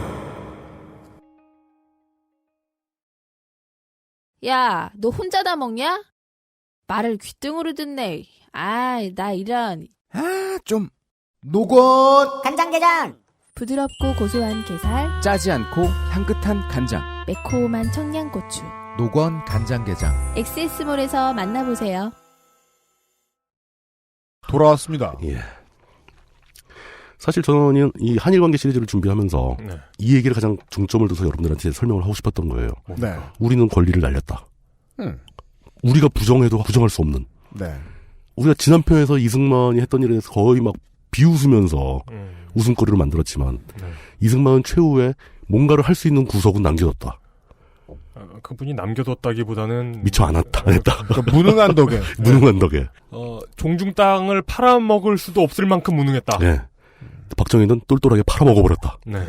회복할 수 없게. 사악한 쪽으로 유능한 사람이 들어왔더니. 예. 그런데 문제는 거기 딸린 문제가 또 있는 겁니다. 네. 박정희가 그렇게 했다는 것을 사람들한테 알리지 않은 거예요. 그 결과 많은 사람들이 일본으로부터 피해 보상을 받았다고 생각을 안 해요. 알렸으면 친일 청산이라니까요. 그 다음 순서는. 그 다음 난리 나는 거죠. 박정희가 날아가는 거죠. 네. 사람들은 이 배상, 보상 이런 게 전혀 완료가 되지 않았다고 생각을 합니다. 완료됐다는 생각을 해본 적이 없어요. 그런 게 없었다. 예, 아니 그런 걸 하다 말았다. 뭐 정부가 돈 좀 받았나 본데 그건 피해 보상과 관계없는 거. 정부가 그냥 지원금 받은 거지 뭐. 이 정도로 인식하는 사람들이 대부분입니다. 그런데 현실은 우주의 모든 것에 관한. 그러니까 이제 이런 문제가 따라 나오게 되는 거죠. 예를 들어서 위안부 피해자나 징용 피해자들이 피해 보상 문제를 일본 정부한테 요청하는데 이 나쁜 놈의 일본 정부가 외면하고 있는 거다. 네. 쌩 까고 있는 거야. 지들이 세다고. 네. 언젠가 우리가 힘이 세지면 받아낼 수 있는 거다. 여기서 말하는 통석의 념을 금할 수 없다는. 그렇죠. 우리 돈 냈다입니다. 우리 보상할 거 다 했는데 왜 자꾸 징징거리냐. 도덕적으로 그래 미안하다고 얘기해줄게. 통석의 념을 금할 수 없어. 네. 유감이다. 네. 그걸로 끝이지. 이렇게 되는 거예요. 일본은. 정당한 행동을 하는 겁니다. 네. 이 한일 기본 협약에 의해서 일본의 배상 책임은 완벽하게 종결되었고요. 그리고 박정희 때도 그렇고 박정희 정권이 물러간 다음에 전두환 때도 그렇고 네. 그 뒤에 어떤 정부가 들어와서도 이 문제에 대해서 국민들에게 소상하게 설명한 적이 없어요. 시민단체들은 끊임없이 일본에 대한 피해 보상 책임을 요구하고 있는데 그런데 왜 그 얘기를 안 한 걸까요? 비난을 두려워하는 거죠. 전 이게 그렇게 답답할 수가 없어요. 정권이 바뀌었을 때 그때로 설명을 해가지고 그럼 이 문제를 어떻게 할까요? 아니 그냥 일본한테 공식적으로 한일 기본 협약을 철회하고 재계약을 하자라고 얘기를 해야 되느냐? 네. 물론 일본이 딱 잡아떼겠지만 그 정부가 할 수 있는 일은 뭔가? 네. 이거에서 국민들하고 논의를 하기조차를 꺼려요. 이 문제 두고두고 골치를 썩입니다. 네. 그냥 대충 뭉개면서 일본 정부가 보상을 안 해줘서 그래 뭐 그런 식으로 덮고 넘어가는 거예요. 그 덕분에 우리 사회의 반일 감정은 전혀 줄어들지 않습니다. 네. 일본 나쁜 놈들, 일본 놈들은 다 싫어하잖아요. 독도 문제도 다 그렇고. 사실 알아도 기분 나쁜 게. 그럼요. 그 장손이 또라이인 걸 알면서 일부러 와가지고 그러고 간 거 아니에요. 장손 비유 너무 많이 써먹는 네. 것 같은데 그거 어떤 사람들에는 굉장히 아픈 추억일 수 있습니다. 그러니까 우리한테도 아픈 추억이에요. 굉장히 아픈 추억이죠. 네. 저희 집안도 있어요. 근데 전 진짜 궁금한 게. 몰뚱님 상처받잖아. 그만 말해. 근데 전 진짜 궁금한 게 그런 경험이 없는 집안도 있나요? 뭐 장손 같은 게 없는, 문중이 없는 집안도 있죠. 장손은 아니어도 누군가는 한 명 그러지 않나요? 망나니는 한 명씩 있죠. 네. 예. 오히려 일본 쪽에서 우리는 반일 감정이 막 가라앉지 않고 막 그러고 있는데 일본 쪽에서는 오히려 의아해하는 겁니다. 우린 다 했는데? 우리가 달라는 거 다 줬고 돈도 다 주고 그랬는데 또 뭐 자꾸 배상을 요구하냐. 너도 법도 모르냐. 그때 빨리 달라길래 빨리 줬다. 급하다길래 나도 급 좀 마련해 준 거다. 이렇게 되는 거죠. 네. 입장을 바꿔놓고 생각을 한번 해보시길 권합니다. 우리가 어떤 나라한테 피해를 끼쳤어요. 그 나라가 피해 보상에 대한 협약을 하자고 와서 네. 터무니없는 헐값을 제시해.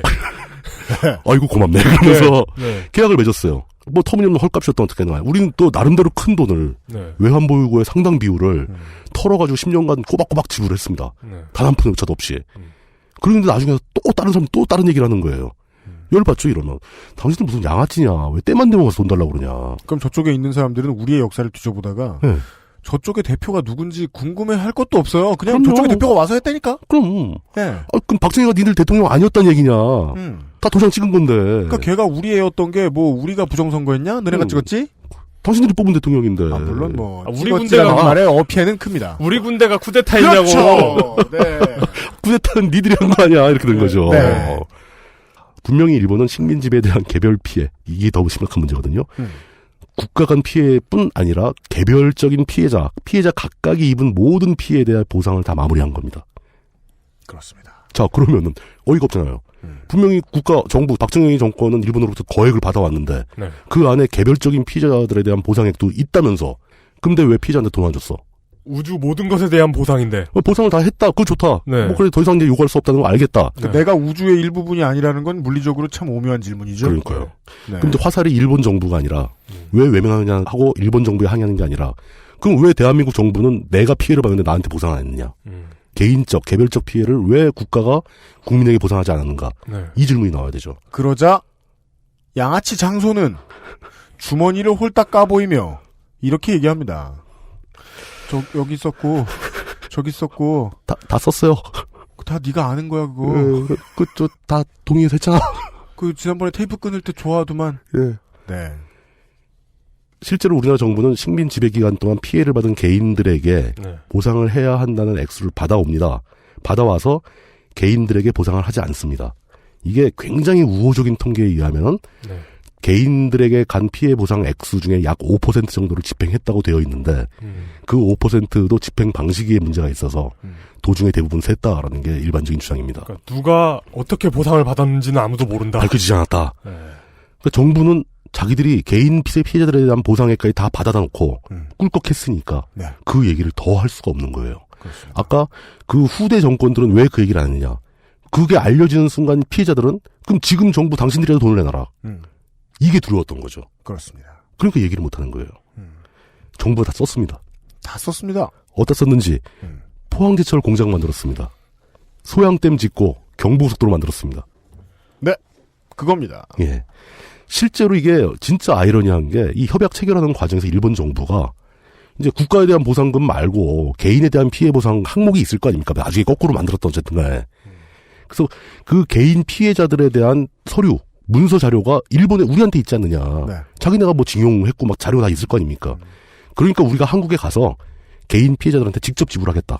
이게 왜 그러냐면 예. 어차피 외환 보유고의 몇십 프로가 날아가는 거기 때문에 거금이죠. 돈을 이렇게 썼다는 건 어차피 책임을 다한다는 뜻이잖아요. 그렇죠. 이 정도 적극적인 게 맞아요. 순리의 상황이 맞아요. 어차피 돈 쓸 바에야 네. 확실하게 하고 싶다. 마무리하고 싶다. 그렇죠. 그렇게 자기네가 개인들한테 지급하면 그 개인들이 나중에 우리한테 소송 못 걸 거 아니에요. 다음에 한마디도 못 할 테니까. 예. 일본이 원하는 건 그거였으니까. 확실하게 하자. 그렇죠. 라고 자기네들이 직접 지불하는 것을 주장을 합니다. 상당히 명분이 있죠. 서류 같은 거 자기네한테 있다. 자료가 다 우리한테 있다. 그러니까. 그 당시 박정희는 그걸 이제 그 돈을 경제개발기획의 종잣돈으로 쓸 계획이었으니까. 네. 이렇게 세버리면 안 되잖아요. 그래서 궁색한 명분을 내세웁니다. 일본 관원이 한국에 직접 출입하는 것은 곤란하다. 그렇습니다. 축구 선수 들어오지 마라 하는 거랑 비슷한 거죠. 네. 계속 어웨이에서 돈만 빨리 주면 되겠다. 아니 돈 주러 오겠다는데 왜 그걸 반대를 해. 그리고 일본 정부가 그래? 그럼 니네가 주겠다고 우리가 니네한테만 주면 되는 거야? 그러면서 피해자들한테 그 보상금을 줬다는 근거 자료를 달라. 네. 한국 정부 진짜 할 말이 없죠. 그죠. 나중에 다 김계동한테 얼마 다 줬다는 자료를 달라고 그러니까. 아니 그러지 말고 한국 정부가 모든 피해자들에게 배상 금액이 지급될 것을 우리가 보증했다고 하고 넘어가자. 정부 보증 그걸로 끝내자. 계속해서 그 일관성이 팍팍 느껴지죠. 왜 그런지 알잖아요. 여기서의 보증은 개인이 보증 설 때 그 가산탕진하는 그 보증이 아니고 국가가 인정하겠다는 얘기인데. 그냥 난 모르겠다의 다른 말이잖아요. 국가 간 조약 체결 과정에서 네. 상대국을 상대로 거짓말을 한 거죠. 거짓 보증을 한 거죠. 맞아요. 그 일본은 사실 이걸 모르겠습니까, 일본이? 얘들이 뭐 하려고 그런지 그걸 모를까요? 네. 그리고 나중에 이게 지급이 안 됐다는 거 몰랐을까요? 아니까 빨리 했겠죠. 다 알았죠. 예. 야, 니들 진짜 급하긴 급한 거다. 너희들 진짜 나쁜 새끼들이다. 그런 거 알았겠지. 쟤네 아버지 오기 전에 빨리 끝내야 돼. 이러면서 그래, 했겠죠. 예.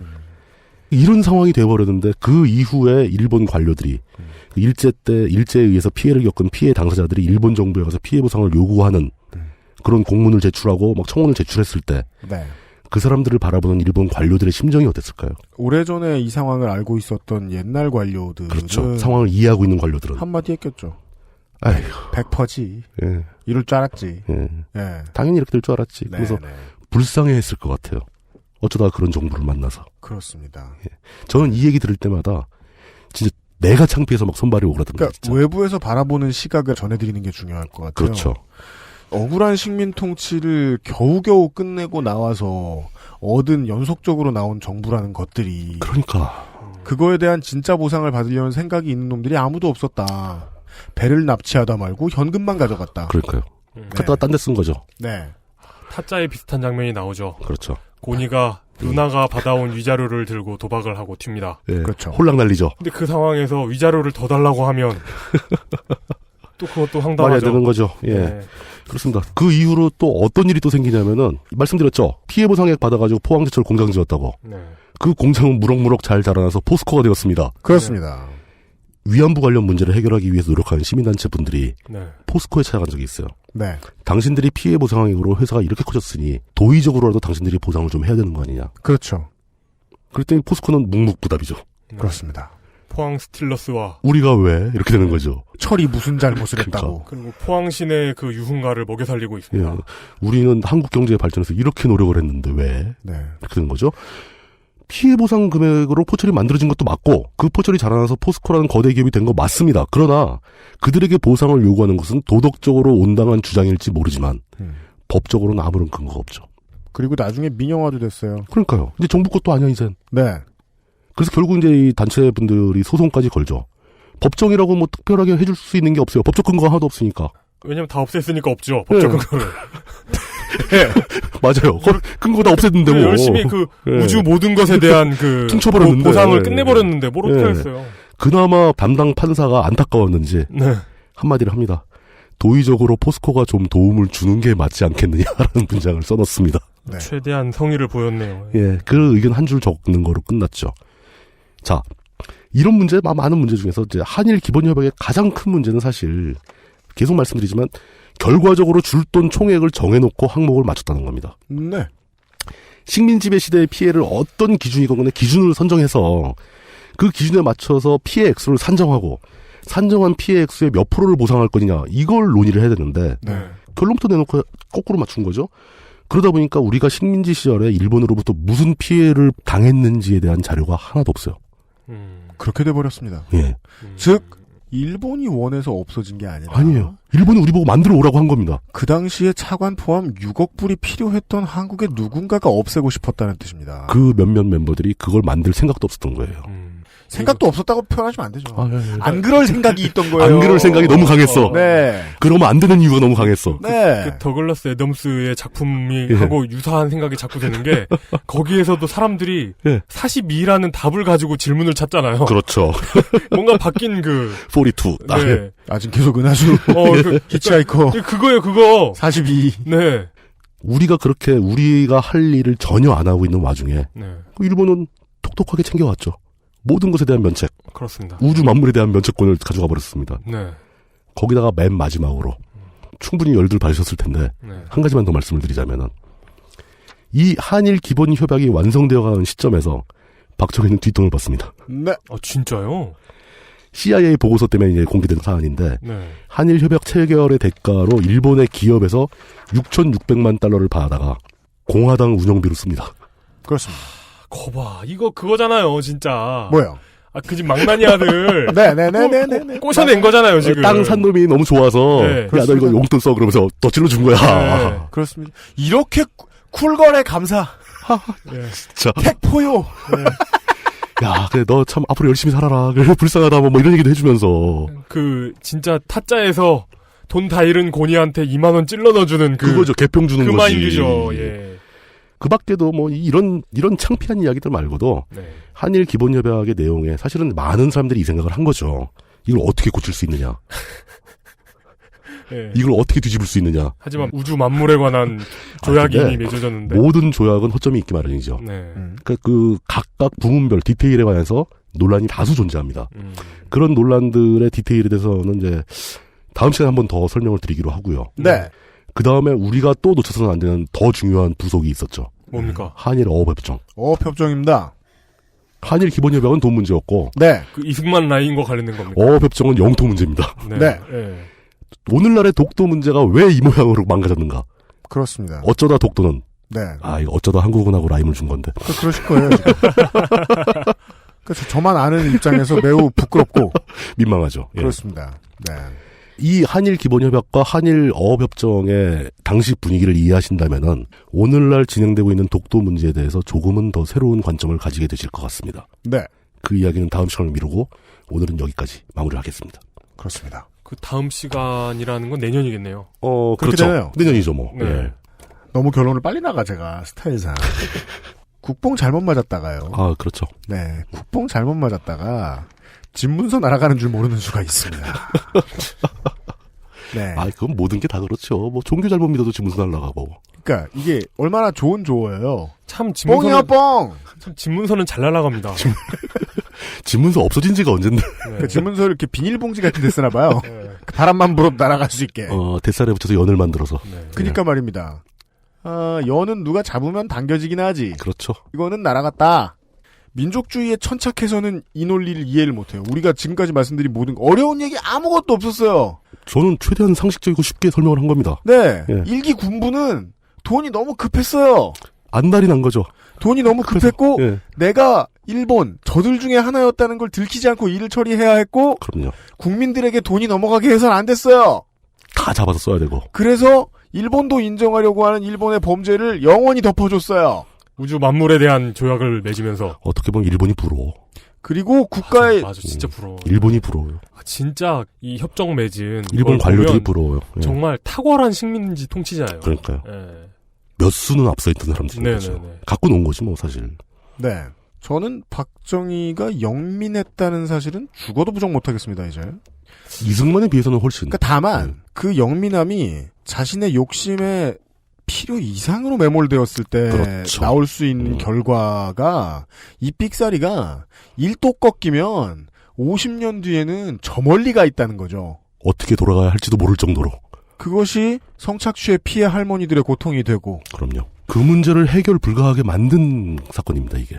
그렇습니다. 네. 일본에 본의 아니게 본인으로 남아 계시다고 해도 행복하지 못한 삶을 영위하고 계신 한반도 출신의 사람들의 고통도 고착화시켜 놨습니다. 우리가 이제 지금 국뽕을 맞고 해롱해롱 거리는 사람도 화낼 만한 문제 어디에서 왔는가에 대한 이야기 나누어 볼 수 있었습니다. 자료조사하느라 밤잠을 설치. 물뚝심송 상인 고문은 진짜 이건 좀 힘들어요. 왜냐면 오래된 일이고 네. 그 오래된 일이 자료로 기록되어 있는 내용들이 왜 다 서로 다른 거야. 그리고 이게 이명박 정권 때부터 예. 느낀 거지만 이 네. 무렵 사람들이 예. 기록을 싫어해요. 그 기록 개념이 없다고 하는 게 기록을 싫어해요. 예, 싫어요. 예. 어지간하면 기록하지 마라. 예. 네. 왜냐 책임지기 싫으니까. 그러니까 문서 패티시가 있어요. 예. 아주 죽겠어요. 크로스 체크하는데 숫자가 다 틀려. 문서가 가려져 있다는 건요. 기록이 남아있지 않아서 아이고 귀찮아 이 정도로 끝나는 수준이 아니고요. 그렇죠. 네. 누군가가 그 기록이 없어야 해서 애써서 없애고 그것이 없어진 대가로 뭔가를 불법적으로 신나게 해먹었다는 뜻입니다. 그렇죠. 그중에 제일 크게 헌정 역사상 제일 크게 해먹은 이야기를 어마어마하게 해먹은 거죠. 네. 인플레이율이나 이런 걸 따지면 예. 어떻게 될지 모르겠는데 이게 그 4대강 해먹은 게 더 많지 않나요? 4대강보다 이게 더 큽니다. 아, 그래요? 예. 이게 더 크죠, 당연히. 그러니까 이게 단순히 여기 나온 액수만 따지면 4대강보다 작은데 제대로 받았어야 할 피해 보장액을 산정해본다면 훨씬 더 클 것이라는 거죠. 그러니까 그 포인트예요. 받은 거 빼돌린 거 더하기 진짜 받아야 했을 거 못 받은 거 못 받게 만든 게 더 큰 피해라는 거죠. 그리고 앞으로 돈 외에 할 수 있는 모든 협상을 다 못하게 만든 거 다 막아버렸지. 그거 산정하면 4대강 따윈 될 게 아닌 거죠.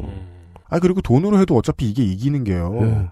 강 파는데 얼마 줬는지 모르겠습니다만 고속도로 깔았다니까요. 고속도로 60년대에.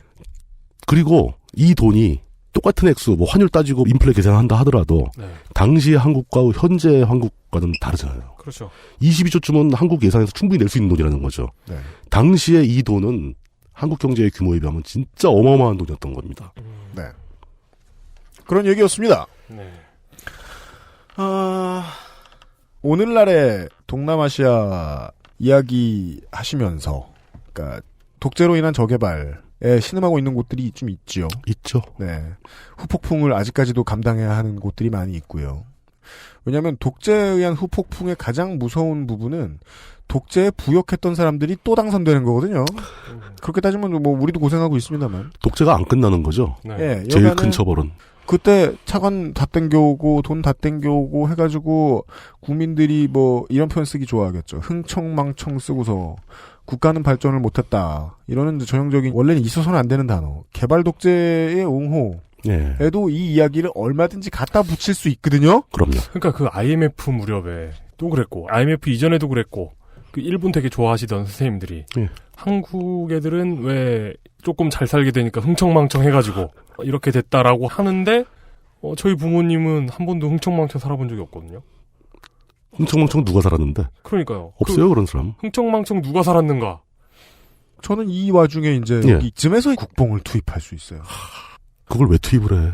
그래서 그 개발해서 당신들 아는 사람들, 지나가다 볼 수 있는 모든 사람들의 선조들, 고생한 대가를 받지 못하고 혹은 앞으로 영원히 고통받게 만든 대가. 그거 사실 발전이랑 맞바꿀 수 있다고 당당히 말할 수 있는 사람 몇이나 될지 전 모르겠습니다. 저로 말할 것 같으면 자신 없습니다. 그리고 저는 저 생각도 해봅니다. 그러니까 네. 이제 반론이 들어온다면 이런 거죠. 그 피해 보상액을 개인들한테 나눠주면 다 녹아 없어질 돈들 다 모아서 국가 경제를 발전시켰으니까 장기적으로 국민들한테 더 큰 이득을 돌려준 거 아니냐. 그 얘기 말이에요. 그 얘기. 네, 그 얘기를 하는 사람이 분명히 있거든요. 네. 있습니다. 저는 경제학에 제가 전문가가 아니라서 단어는 못하겠지만 수도 없이 많은 일제시대 피해자들에게 거액이 주어졌을 때 그 돈이 우리 사회의 경제를 어떻게 발전시켰겠는가는 아무도 모른다는 거죠. 매우 그렇고요. 굳이 사회간접자본 시절에 대거 투자하는 게 급선무였느냐. 그리고 똑바로 받았으면 사회간접자본 투자하고 그것도 받았어요. 예. 사람들에게 보상도 할 수 있는 거 그럼요. 아니었나요? 네. 그 사람들이 돈이 많아졌으면은 뭐 고속도로 건설할 테니까 주식 지분을 사세요. 뭐 이럴 수도 있고. 네. 가능한 거 아닙니까? 네. 다수의 행복과 정의를 대가로 돈을 땡겨오는 풍습이 이때부터 시작됐는지 그 앞에도 있었는지 모르겠지만 하여간 요즘에 많이 듣던 얘기가 아주 블록버스터급으로 컸던 것 같습니다. 그때는. 굉장한 규모였죠. 예. 그런 얘기 나눴습니다. XSFM 역사편찬위원회장 물뚝심송 상임고문이었습니다. 그거 저기 국정교과서하고 관계가 있나요? 그건 이제 잠시 후에 트윗을 통해 설명드리겠습니다. 다 준비돼 있어요. 예. XSFM입니다. 황야의 1위 스테픈 올프가 새로운 이름 대볼프로 여러분을 찾아갑니다. 가죽장인 황야의 1위의 꼼꼼함, 끝까지 책임지는 서비스는 그대로, 최고가의 프랑스 사냥 가죽으로 품질은 더 올라간 데볼프 제뉴인 레더. 지금까지도 앞으로는 더 나은 당신의 자부심입니다.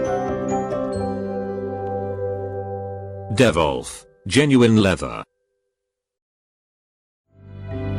물가도 따라잡지 못하는 월급. 현 정부의 노동개혁은 재벌 배불리기입니다. 이상은 민주노총에서 알려드렸습니다.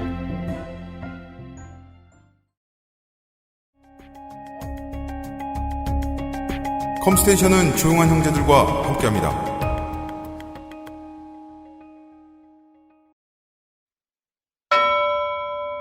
금주의 의사소통. whatever SHK님이 다음 자리에 물뚱님 지원하나요? 라고 하시면 리트윗을 하셨는데 리트윗에는 오마이뉴스의 기사 불법 정치자금 의혹 현경대 민주평통 수석부의장 사의 하고 나왔습니다.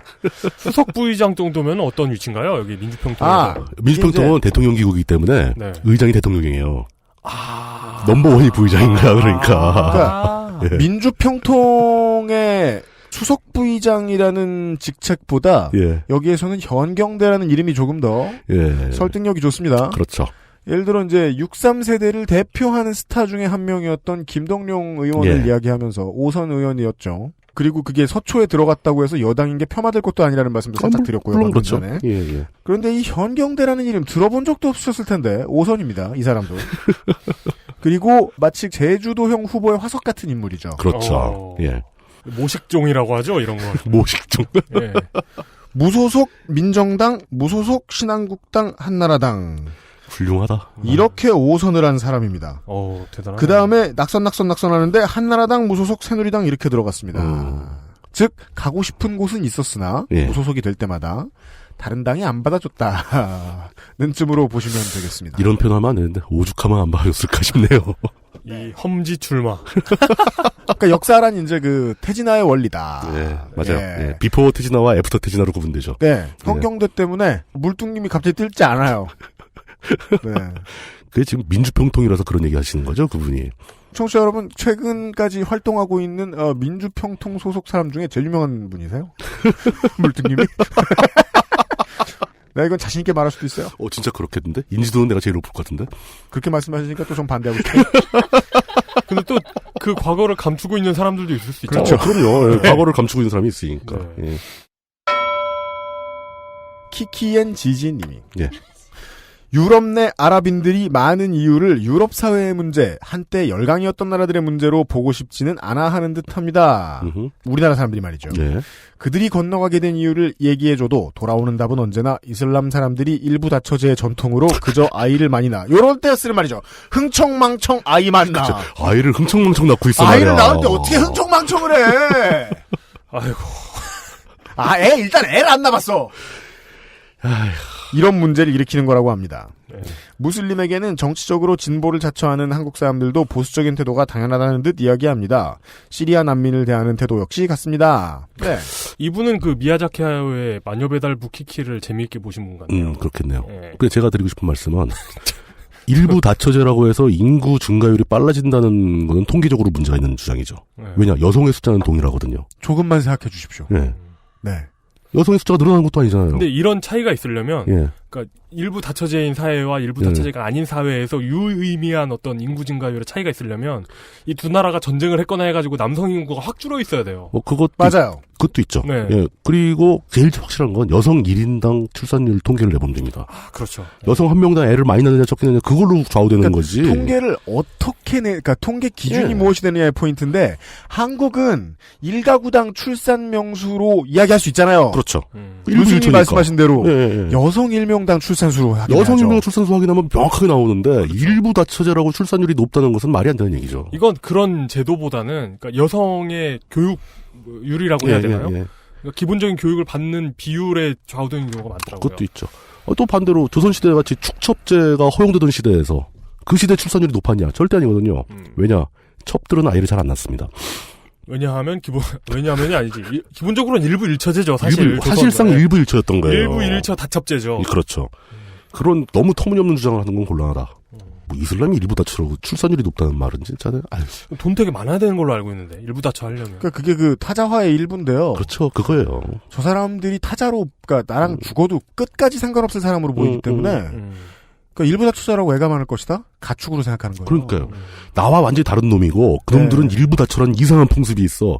그것 때문에 문제가 되는 거야. 이렇게 생각해버리는 거예요. 그러니까 한 사람이 애 하나 낳는 게 아니라 무슨 배에서 몇 마리가 나온다고 상상하는 걸 수도 있습니다. 그러니까 타인에 대한 무책임한 판단, 사고는 보통 그런 식으로 진행되거든요. 그러니까요. 일단 정말 멀리 있는 사람을 인간이 아닌 것으로 간주하기. 그렇죠.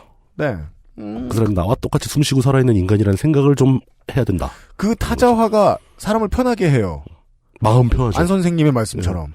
그렇게 하나하나 포기하다 보면 여성도 혐오할 수 있습니다. 이 세상 모든 다 개새끼인 거죠. 나만 빼고. 네. 그런 여성을 타자화하면서 혐오하는 걸 보면은 도대체 여성을 얼마나 안 만날 기회가 없으면 저럴까 하는 생각도. 그래서 약간 애처롭긴 하죠. 많이 만나는 새끼들도 그래요. 맞아. 정말 많이 만나면 다 손녀 같아 보인다. 진짜 한국에선 딸 같다, 손녀 같다 손녀 이런 게. 추행범들이. 넘어가. 알았어요. 또 내가 자주 얘기한다 뭐야 그런데 사람들이. 예, 당연히. 그러지 좀 마세요. 공론화가 돼야 될 거 아니에요. 내가 그걸 좋아해? 자. 여기서 이제 그런데 막말로. PD도 잘못이 있다, 이릅니다. 뭐, 그러면서, 그런 막말 나면서, 청취자들 니들 몇 살이야? 뭐, 이런 거부터 얘기 나오고. 그렇죠. 자! 나 진짜 요즘 애들 고생도 안 해본 거 이런 얘기 들으면은, 요즘 어르신들 고려장도 안 당해보신 분들, 이런, 너무 패드립인가? 이거 안 되겠다. 저것도 있어요. 네. 요즘 애들 고생을 안 해봐가지고, 자살률이 높다. 그거에 대한 답변은, 우리나라 노인 자살률이 세계 최고입니다. 그러니까 청년만 많이 자살하는 줄 알아요? 자살률은 노인 계층이 훨씬 그러니까 높습니다. 이게 안타깝습니다. 예. 지금 죽을 만큼 힘들지 않은 많은 노인들이 죽을 만큼 힘든 노인들도 안 쳐다보는 거예요. 안 보고 있는 거예요. 안 보고 있는 외면하고 거예요. 있는 거예요. 얼마나 나만 아니면 되면. 그러니까 그 타자화가 극단적으로 이루어져서 기껏 넓게 잡아봤자 내 가족들만 잡아주고 그 외에는 몽땅 사람도 아닌 거예요. 그러니까 모두를 위해 봉사하는 뜻은 아니에요. 예를 들어 작년 이맘때쯤에 제가 정말 정신이 무너져서 병이 난 때가 있었어요. 언제냐? 그 한파에 수도가 얼었을 때. 수도가 얼면 몇 시간 뒤가 이제 걱정됩니다. 그렇죠. 더 이상 고쳐지지 않으면 보일러도 끊기거든요. 네, 보일러 안 돌아가지고 화장실 못 쓰죠. 예, 하루 종일 그거 고치면서 덜덜덜 떨면서 이제 그 아저씨를 편집을 하고 있다가 또 옥탑 살 때 보일러 얼면 참 재밌다고 해야 되나? 어떤 점이요? 어는 포인트가 있거든요. 네. 노출된 포인트가 있어요. 상습. 네. 상습. 예. 상습 결빙 부위. 예. 거기에다가 이제 무슨 뭐라고 해야 되지? 쥐불놀이 같은 걸 하게 되거든요. 가열을 하게 되는. 그렇죠. 그럼 그 과정이 뭔가 리추얼 같고. 잘못하다가 파이프 터져요. 네, 이거 되게 조심해야 돼요. 네. 그 와중에 저는 이제 그런 생각을 하면서 이제 진짜 안 무너지고 버틸 수 있었던 게 하루 동안 진짜 덜덜덜 떨고 막 감기 걸리고 몸이 달켜만 진짜 고생이다. 앓고 누웠는데 그래서 사무실에서 목욕했어요 그때. 그때 그런 생각을 하면서 버텼던 것 같아요. 야, 이게 내가 만약에 우리 층 말고 우리 위층이 그렇게 됐다고 해서 내가 막 내 이웃의 일이라고 막 같이 감기 걸려주고 막 그렇죠. 아파해주고 그랬을까? 혼자 버티긴 혼자 버텨야 되는구나. 게다가 그 위층에 사시는 어르신들이 저한테 물도 퍼다 주시고. 진짜요? 예. 아니 대체 그렇게 큰 양동이는 어디서 쟁여놓고 그러니까 어르신들 되게 아이템 존나 많잖아요. 어르신까지 안 가도 우리 집도 되게 많아. 그러니까 뭐 수산 왜 갔는데요? 자, 그리고 화초 되게 많지 않아요? 어르신들. 화초도 많아지기 시작했어. 네. 아니 그 수산시장에 써 있는 17호 이렇게 써 있는 거대한 물통이 있는 거예요. 그래서 그 위층 어르신이 주신 그 수산시장 물통 때문에 살았거든요. 그러니까. 근데 그거 네. 저희 장모님 보면서 좀 깨달은 게 젊으셨던 시절에는 단수가 되고 그랬던 거예요. 많았죠. 그때는. 그래서 항상 그런 대야 같은 데다 물을 항상 그래서 다라이 100개 있어요. 들통 몇 개 있어요. 그래 안심을 하시더라고요. 근데 2010년대 같은 세상에 윗집 단수됐는데 뭐 울어줄 만큼의 인간애를 요구하는 것도 아니에요. 그건 좀 무리합니다. 예. 그냥 세상에 어떤 사람들의 이야기를 보든 기본적으로 그게 사람이라는 거 정도만 인식하는. 나와 같은 종이라고만 인식하면 됩니다. 그러니까 나로 인식할 것까지는 없어. 그건 교황님이 다 해. 아까 안 할 필요는 없지만 꼭 할 필요도 없어. 그런 깊은 우려는 교황님과 유엔 사무총장이 하고 있습니다. 유엔 사무총장이 유엔 사무총장 안 하는 것 같은데. 안 하잖아. 아니 얼마나 우려를 하시는데요. 그 다음에 딴 걸 하셔서 그렇지. 끝으로. 예. 미니토이 99님이 손아람 작가의 10만원 빵 패배를 진심으로 축하합니다. 이런 말씀을 남기셨어요. 왜 이런 10만원 빵이 나왔던 거죠? 우리 출연자 중에 2집 가수이자 영화에 2번이나 나와서 10초 이상의 출연 시간을 자랑하는 중견 연기자. 네, 중견 연기자. 손아람 씨가 계시죠. 네. 손아람 배우가 계시죠. 요번에 무슨 상 받았잖아요. 이 양반이 청룡영화상. 청룡영화. 그 전에 뭐 부일영화상 뭐 이렇게 소수의견은 각본이 늘 호평을 받았기 뭐 때문에. 좋은 각본이었으니까. 네네네. 그 청룡영화상에서 각본상을 수상을 하셨어요. 그렇죠. 예. 네. 대종상 영화제가 아닌 관계로 직접 수상하셨죠. 대종상으로 오해하지 마시라고. 네. 완전히 망가져가는 대종상 말고. 그러니까 대종상의 대자가 대신할 때가 됐잖아요. 대종상이 망가지는 바람에 청룡영화제가 훨씬 더 좋아진 것 같아요. 네, 맞아요. 예. 그건 그래요. 예. 그 알실에 나올 때 차림에서 떡볶이 코트 같은 거 하나 더 입고 나가셨더라고요. 상 받으러? 네, 그렇죠. 그런 자리 가는데? 네. 전 그런 분들 좋아요. 이렇게 일관되게 입고 다니시는. 근데 저는 그렇게 생각 안 해요. 안지 오래된 사람이라. 그래서 리차드 스톨만도 그래서 좋아하거든요. 옷을 못 입으면 지가 작가인 줄 아는 거 아니야? 저는 되게 띠꺼워하는데. 하여간 이 양반이 그 말씀을 하셨거든요. 친구하고 이제 우리 영화가 각본상을 못 받을 것이라는데 뭐 10만 원 빵 걸었다가 뭐 잃었다. 뭐 이런 되게 대먹지 않은 수상소감 있죠. 거들먹거리는. 그따위 말씀하셨기 때문에. 근데 이제 그보다 더 이제 중요한 것은 손남 작가가 요새 그 아실에서 나와서 얘기하셨던 로이 엔터테인먼트. 그렇죠. 이름도 잃어버리고 저작권도 잃어버린 작곡하는 노동자들의 이야기. 이름을 잃어버린 음악가들이라는 표현에서 굉장히 가슴이 아프거든요. 내가 곡을 썼는데 이름을 뺏겼으면은요. 너는 민족이 없으므로 요거예요. 그거죠. 존재를 부정당하는 건데. 예. 만의 시예요. 그 문제를 잊지 않고 이야기하시더라고요. 요새 진짜 미친놈처럼 열심히 그 물고 늘어지고 있거든요. 예. 네네네. 영화제 같은 시상식 보면서 내가 상을 받아서 내 주변 사람들한테 어떻게 고맙고 내가 아직 부족한데 같은 쓸데없는 말하고 그 드레스 만들어준 디자이너 돈 벌어다 줄 혹은 이제 기자들 관음증 부추길 이런 사람 말고 원래부터 하고 싶은 얘기가 있었는데 어쩌다 보니 상을 받게 돼서 나와서 얘기하는 사람 찾기가 참 힘들더라고요. 그렇겠죠. 아무래도. 그게 내가 아는 사람이 그런 데서 상 받는 것보다 훨씬 확률이 낮은 거예요. 거의 확률이 비슷한 거예요. 로이 엔터테인먼트 문제를 비롯해서 낼 수 있는 소리를 못 내고 괴로움을 겪고 있는 사람들의 이야기들을 좀 더 다뤄볼까 합니다. 다음 주엔 말이죠. 여기까지가 12월 첫 주의 히스테리 사건 파일 그것은 알기 싫다였습니다. 이용상 임수석과 유현수의 책임 프로듀서 물뚝심송 역사편찬위원장 XSFM 역사편찬위원장 그러니까 그 앞에 그게 안 붙으면 가짜잖아요. 그러니까 꼭 붙어야 돼. XSFM 역사편찬위원장 이현아 기술행정관이 수고했습니다. 안녕히 계십시오. 수고하셨습니다. 감사합니다. XSFM입니다. I, D, W, K